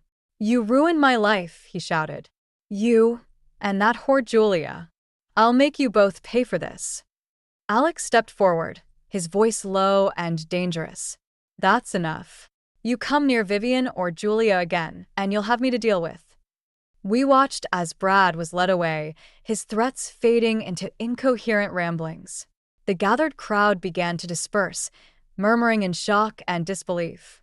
Lisa approached us, looking exhausted but relieved. "It's over," she said softly. "The board's filing a formal complaint with the police about his behavior. And with the evidence I've gathered, he'll be lucky if he ever works in this industry again." I felt a wave of emotions wash over me: relief, vindication, and a lingering sadness for the man I once thought I loved. "Thank you, Lisa," I said, hugging her tightly, "for everything." As we drove home, Alex's hand firmly clasped in mine, I felt a weight lift from my shoulders. Brad's reign of manipulation and abuse was finally over. Julia was free, I was free, and any future women he might have hurt were now protected. "Are you okay?" Alex asked softly, glancing at me. I nodded, resting a hand on my swollen belly. "Yeah, I think I am. For the first time in a long time, I really think I am." As we pulled into our driveway, I allowed myself to look forward to the future, a future free from Brad's toxic influence, filled instead with the love and support of my true family. The first cry of my newborn son pierced the air, and in that moment, all the pain and struggle of the past melted away. I looked up at Alex, his eyes brimming with tears of joy, and felt an overwhelming surge of love for my little family. "He's perfect," Alex whispered, gently cradling our son. "What should we name him?" I smiled, exhausted but elated. "Peter. Let's call him Peter." As I held Peter in my arms, marveling at his tiny fingers and button nose, I couldn't help but reflect on the journey that had brought me here. The pain of Brad's betrayal, the unexpected friendship with Julia, the confrontation at the office, it all seemed like a distant dream now. A week after we brought Peter home, Lisa came to visit. As she cooed over the baby, her expression grew serious. "Viv, I have some news about Brad," she said hesitantly. I tensed, instinctively holding Peter closer. "What is it?" Lisa sighed. "He's under investigation for workplace harassment. Turns out, his behavior at our company was just the tip of the iceberg. Several women from his previous jobs have come forward with complaints." I felt a mix of emotions: anger at Brad's continued misconduct, relief that he was facing consequences, and a twinge of sadness for the man I once thought I knew. "And Julia?" I asked, thinking of the scared, pregnant woman who had sought my help. "She's doing well," Lisa assured me. "The divorce is finalized, and she's staying with her sister. Her baby is due next month." I nodded, feeling a sense of closure. Brad's actions had hurt so many people, But now, finally, justice was being served. As the weeks passed, I settled into motherhood with Alex by my side. Every sleepless night, every diaper change, every tiny milestone, we faced it all together, our love growing stronger with each passing day. One sunny afternoon, as we sat in the park watching Peter nap in his stroller, Alex turned to me with a serious expression. "Viv, I want you to know something," he said, taking my hand. "I'm so grateful for you and Peter. You've given me more happiness than I ever thought possible." I squeezed his hand, feeling my heart swell. "You've done the same for me, Alex. You showed me what real love and partnership look like." He smiled, then continued, "I know the journey to get here wasn't easy, but I want you to know that I'll always be here, supporting you and Peter, no matter what life throws our way." Tears welled up in my eyes as I leaned in to kiss him. "I know you will. That's why I love you so much." As we sat there, basking in the warmth of our love and the promise of our future together, I felt a sense of peace wash over me. The pain and betrayal of my past with Brad had led me here, to this moment of pure happiness with Alex and Peter. I thought of Julia, hoping she too had found peace and the strength to build a new life for herself and her child. I silently thanked Lisa for her unwavering friendship and support through it all. Looking down at Peter, his tiny chest rising and falling with each breath, I made a silent vow. I would cherish every moment with my family, nurture the love Alex and I shared, and always remember the lessons I'd learned about self-worth and true partnership. As the sun began to set, casting a golden glow over the park, I felt a profound sense of gratitude. The road had been long and often painful, but it had led me here, to a life filled with love, respect, and the joy of true family. Alex stood up, gently lifting Peter from the stroller. "Ready to head home?" he asked, smiling down at me. I nodded, rising to join them. "Yes," I said, linking my arm through his. "Let's go home." As we walked away, Peter nestled safely between us. I knew that whatever challenges the future might hold, we would face them together, a true family bound by love, trust, and mutual respect. The shadows of the past had faded, replaced by the bright promise of our future together. Has that poor old hag finally kicked the bucket? I glared at the man, annoyed by his words. My ex-husband, who ran off with his mistress, leaving his blind mother behind. It was hard to believe he was the son of that once kind-hearted woman. His crude remarks brought my anger to its boiling point. "You must have had it rough, huh? Well, now you're free. But, come on, someone your age, there's only so much freedom you can enjoy, right?" His obnoxious laughter echoed as I smiled sweetly, hiding my fury. "Yeah, I got the $3 million inheritance. So I'll be living freely from now on." The smile vanished from my ex-husband's face.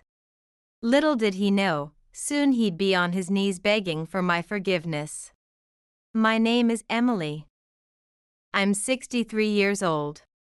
I got married young and ended up living with my in-laws. They were kind people, but my husband was a disappointment. We divorced 10 years ago when I was 53. At that time, our eldest daughter, Mia, was 18, and our son, John, was 15, right when education costs were the highest. On top of that, my mother-in-law was blind. Taking care of the kids and my mother-in-law was far from easy. I met my husband, Tom, at work. I was 18 when I joined the company, and he was 24, 2 years out of college. He was older than me and seemed reliable, so I admired him. Tom was always looking after me when I was still inexperienced, and he had a caring nature. Despite being popular, for some reason, he took a liking to me and asked me out. When we got engaged, I visited his parents for the first time. His father had trouble walking, and his mother was blind. I was deeply moved, seeing how Tom supported them while managing his job. However, my own parents were against the marriage. They were worried that marrying into a family with obvious caregiving responsibilities would be too much for me. But Tom's parents were such wonderful people, and I was still young. I ignored my parents' concerns and went ahead with the marriage. My parents were so angry that they cut ties with me, but by then, I had a new family. When you're young, you feel invincible. Nothing seemed scary at the time. After we got married, I quit my job. I took it upon myself to care for my in-laws and manage the household, so that my husband could focus on his work. My in-laws were so grateful to me and treated me like their own daughter. They always expressed their thanks and never forgot to show their concern for me. Spending so much time with them made caregiving challenging, but it wasn't a burden. My husband worked late every day, and I believed everything was going well in our home. One day, I ran into an old colleague from work while coming back from the grocery store. Naturally, the conversation turned to my husband and me. My colleague said, "Tom is such a great husband. He always leaves work early because he says you're having a hard time. He's really something, isn't he?" I couldn't believe my ears. Tom never came home before 10 p.m. That was hardly early. It had to be some sort of mistake. Still, I couldn't say anything at the time. So I awkwardly smiled and replied, "Yes, that's right." Later that evening, I mentioned it to my husband, intending to test him a little. "You've been coming home late a lot lately. Couldn't you come back earlier? Your dad seems to feel bad about having me, a woman, help him with everything. At least you could help him with his bath." But before I could finish, Tom yelled at me. "What? I'm working. I'm not playing around. Tell Dad to stop being so picky. Your father didn't say anything. I just thought he might feel that way." It was clear my husband had no intention of helping with the caregiving. On top of that, he seemed overly defensive. I had a sinking feeling that my suspicions were right. But at the time, I couldn't bring myself to acknowledge it. I was afraid of what would happen if I pressed him and uncovered something I didn't want to know. After all, I had married him against my parents' wishes, and I had nowhere to go. I also worried about my in-laws. In the end, I decided to continue on with my life as usual. One day, I thought about getting an electric wheelchair for my father-in-law. He was using a cane and a regular wheelchair. But with an electric one, he could enjoy short walks. I imagined pushing my blind mother-in-law in her wheelchair alongside him, so we could all go a bit farther on our outings. I shared the idea with my husband, fully expecting him to agree. But his reaction was less than enthusiastic. "Really? Do we need that?" He looked pained as he replied. "I'm barely keeping us afloat on my income alone. Do we really need to waste money like that?" It was true we weren't wealthy. But I didn't see it as a waste if it made his parents even a little bit happier. "Then, how about we pay it off little by little using your parents' pensions? Maybe we could borrow a bit from the bank too?" At that, my husband seemed somewhat convinced and said, "Just don't make it my problem." Of course, I couldn't tell my in-laws exactly what he said. Instead, I told them that he'd agreed to let us take out a loan. And my father-in-law was delighted. We went to the bank together, got a loan, and purchased the electric wheelchair. My in-laws were very happy with it. However, not long after, my father-in-law passed away. Both my mother-in-law and I were heartbroken, but my husband muttered, "He just left us with debt.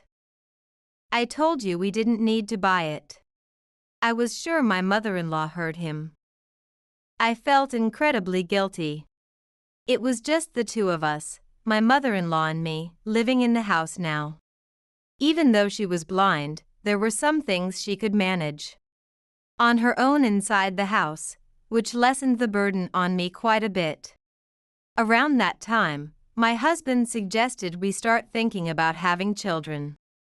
I had once doubted him, but hearing that, I convinced myself that I must have misunderstood something. We eventually had 2 children together. But unfortunately, my husband didn't change even after they were born. He still didn't care about anything related to the household. I was overwhelmed with housework and raising the children. But at least my mother-in-law seemed happy, which was a small comfort. Though she couldn't see the grandchildren, after my father-in-law passed away. Having the kids around seemed to lift her spirits. She'd been so down, but now she smiled more, listening to the children's lively voices. Despite everything, we managed to live happily enough. Still, just as my colleague once said, my husband continued to come home late from work. I'll never forget what he said at my father-in-law's funeral. He didn't show any love toward his mother or our children. Lately, he would even leave on his days off, saying he was going to work. And I'd stopped feeling any affection for him. I began to think that as long as he brought in money, that was enough. Our broken marriage continued like this. But our children grew up to be kind and thoughtful. The real change in our family came in the spring, when our daughter was 18 and preparing to go to college. I'm heading to work. It was a Saturday, a day he was supposed to be off. I stopped him before he left. You promised to take your mom to the hospital today. It was a promise he'd made just a few days earlier. Today was my mother-in-law's health checkup. And it was also the day we were set to get the keys to our daughter's new apartment, where she'd be living on her own during college. We'd known about these plans in advance, so I had asked him to take his mother to the hospital. What? That's your job as a housewife. He shouted at me. I told you, today's the day Mia gets the keys to her apartment. We need to set everything up for her before she starts college, and I said I'd go with her. When I snapped back at him, my husband got angry too.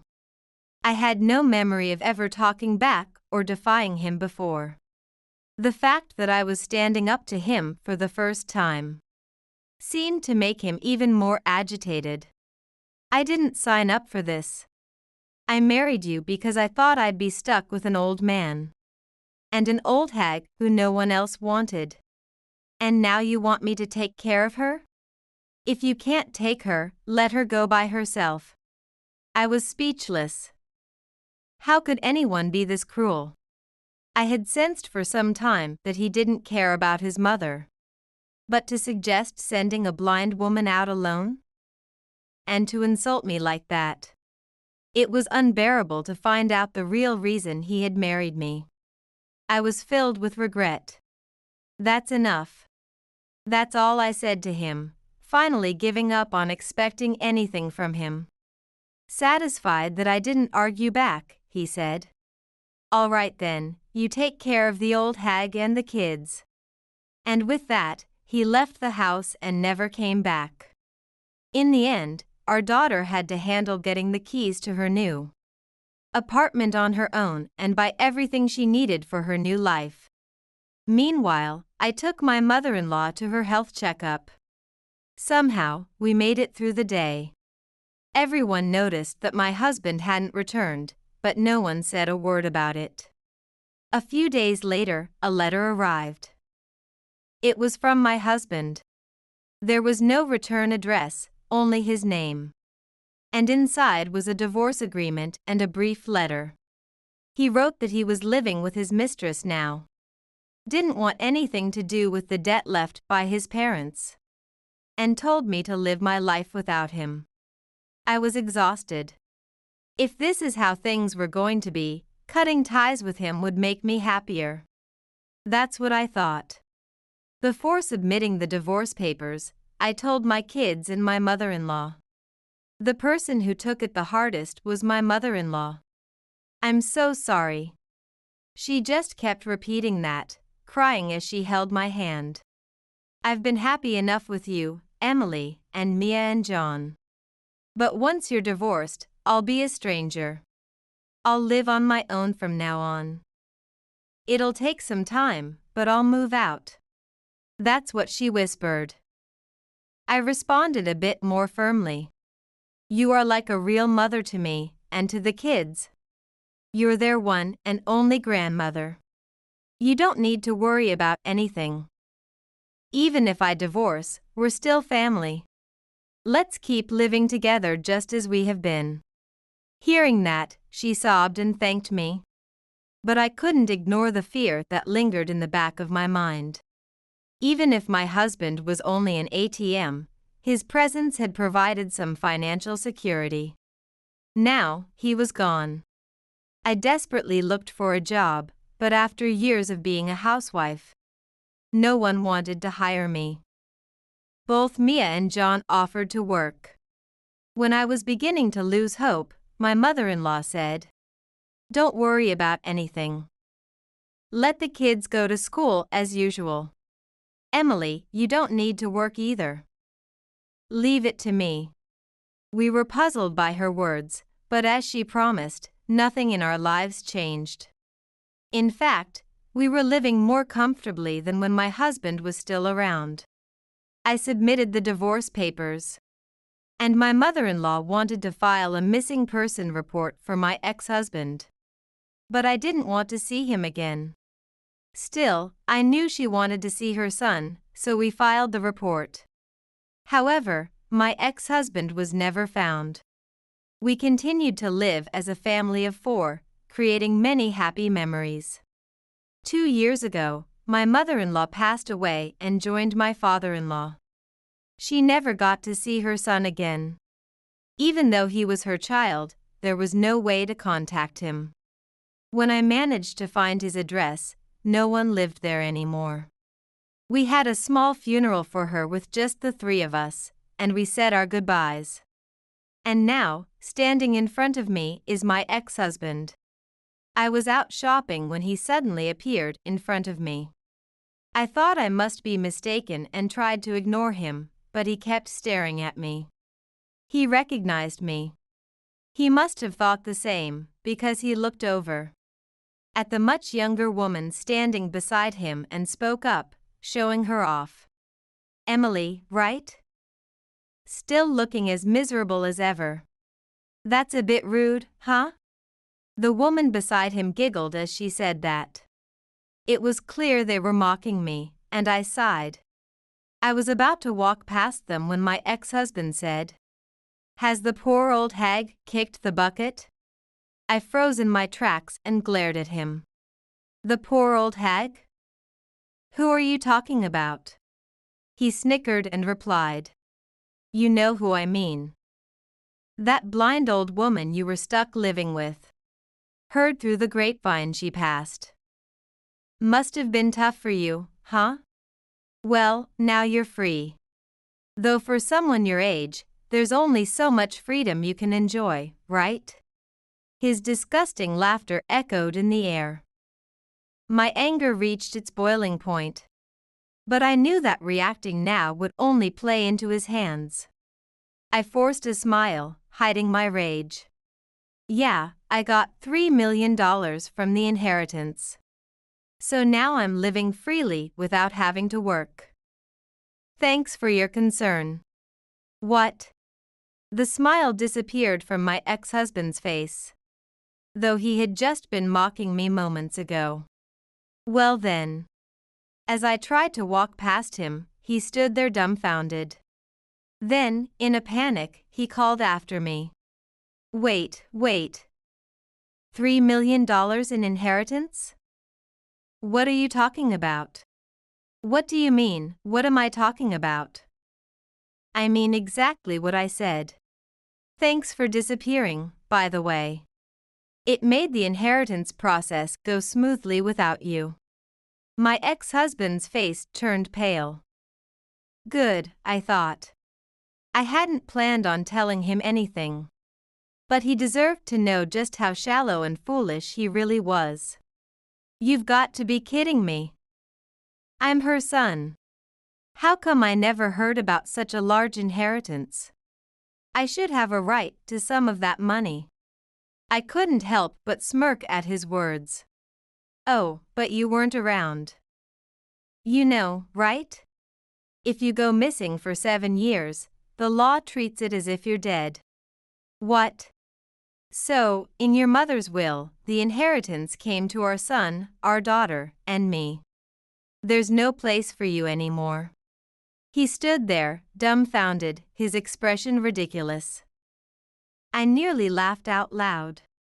It was only after my mother-in-law passed away that I realized she had planned this all along, asking me to file a missing person report for her son. The substantial inheritance my mother-in-law had left behind.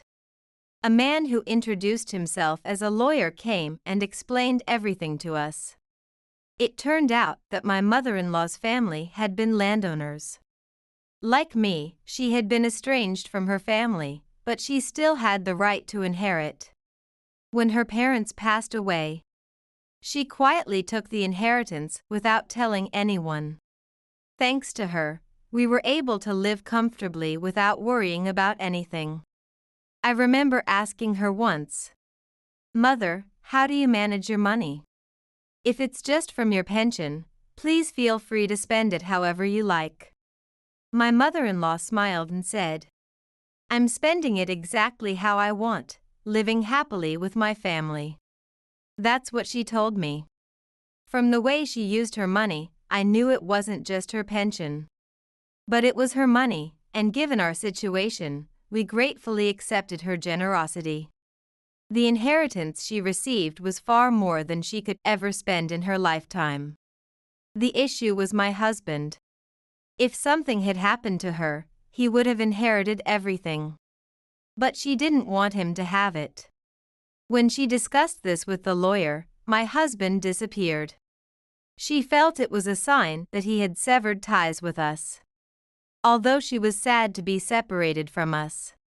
She had planned to move into a nursing home, thinking she wouldn't burden us. And would spend the inheritance until there was nothing left.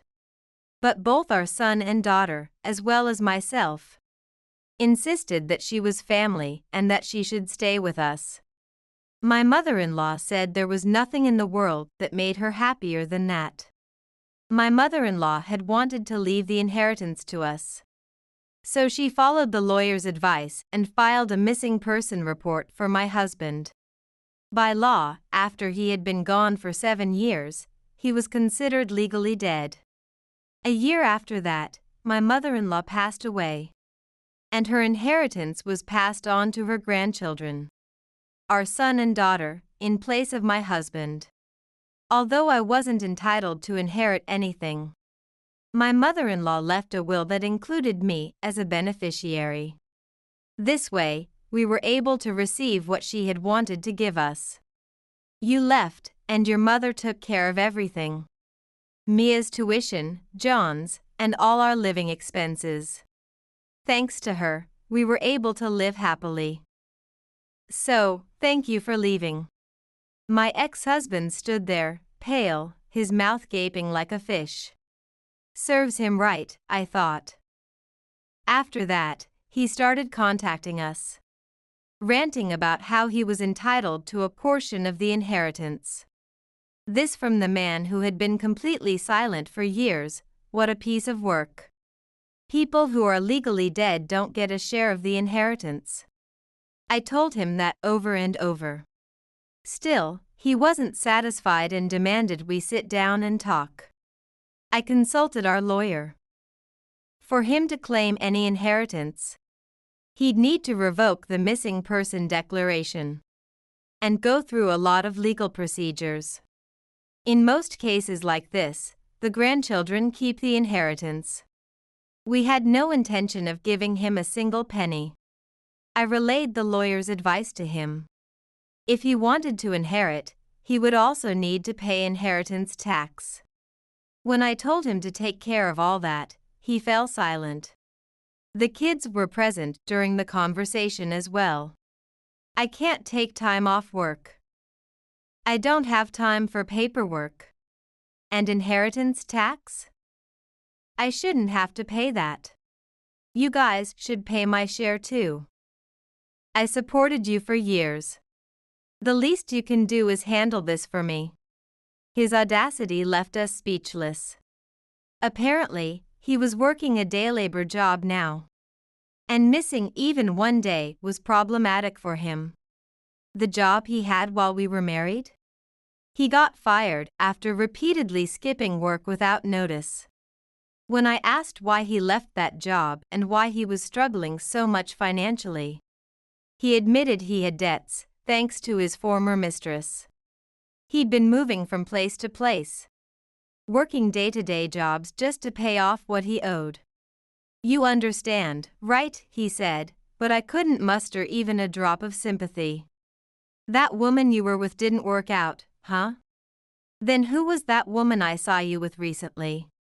Puffing out his chest, my ex-husband replied. She's the one I've been searching for all my life. He was clearly lost in his own delusions. Our son, John, was trying hard to hold back his laughter. Are you married to her? I asked. Well, no. We've only been together for 6 months. My ex-husband mumbled in a small voice. That was enough to send our son into fits of laughter. My daughter and I were too stunned to say anything, simply sighing at the absurdity in front of us. And what about the woman you left with when we got divorced? She left. Said she couldn't make me happy.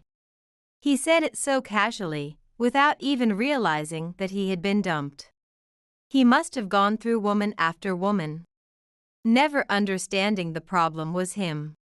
You're not young anymore. Stop pretending you are, old man. I couldn't help but give him that piece of advice, feeling embarrassed for him. But she's the one, my soulmate. Hearing that, I realized that it was pointless to say anything more to him. At least I had found out his address after running into him again. He was living in the next town, in an apartment under a woman's name. My son, John, ended up buying the entire building and becoming the landlord. Grandma gave us that money, and it'd be a waste just to let it sit. I figured investing in real estate would be a smart move. That's what John said. I thought he might have done it to help his father, but that wasn't the case. In fact, if the rent was even a day late, John was quick to go and demand it. The previous landlord had been lenient, but not my son. Mom went through so much because of him. He chose this selfish lifestyle, so he should struggle more than you ever did. It was John's way of punishing his father. My ex-husband had never done anything fatherly for the kids, so it was only natural that they had their own feelings about it. Eventually, unable to endure his new life, my ex-husband came to me, fell to his knees, and begged for forgiveness. I'm so sorry. I was wrong to leave everything to you, including taking care of my parents and the kids. Seeing him like that made me sigh. He was desperate. But, I have my own life now. Couldn't you ask John to lower the rent just a little? He asked with teary eyes. It must have been tough for him. I don't know. If you had at least been a good father to the kids, things wouldn't have turned out like this. You failed as a husband, as a father, and as a person. Now, what do you have left? What was your life even about? You should think long and hard about that. With that, my ex-husband quietly left. His figure looked so small as he walked away. In the end, after repeatedly failing to pay rent, he was forced to leave the apartment. He moved into an old, drafty building that was about 50 years old. I heard he's still working day-to-day jobs, struggling to make ends meet. The soulmate he had been with when I saw him that day? Apparently, she left him when he moved out of the apartment. He had been paying her living expenses, and since he couldn't afford rent anymore, it wasn't surprising she left him. In fact, he should be thankful she stayed with him as long as she did. She was still young, and like me back then, she probably didn't see who he truly was. As for us, we're living happily now, thanks to my mother-in-law. Just like John said, we invested in real estate and stocks. And now we have passive income that allows us to travel and enjoy life. And Mia is getting married. Her fiancé is a kind man, and he treats me well too. Our family is growing, and our happiness will only increase from here. I can appreciate this joy all the more because we overcame such a difficult past.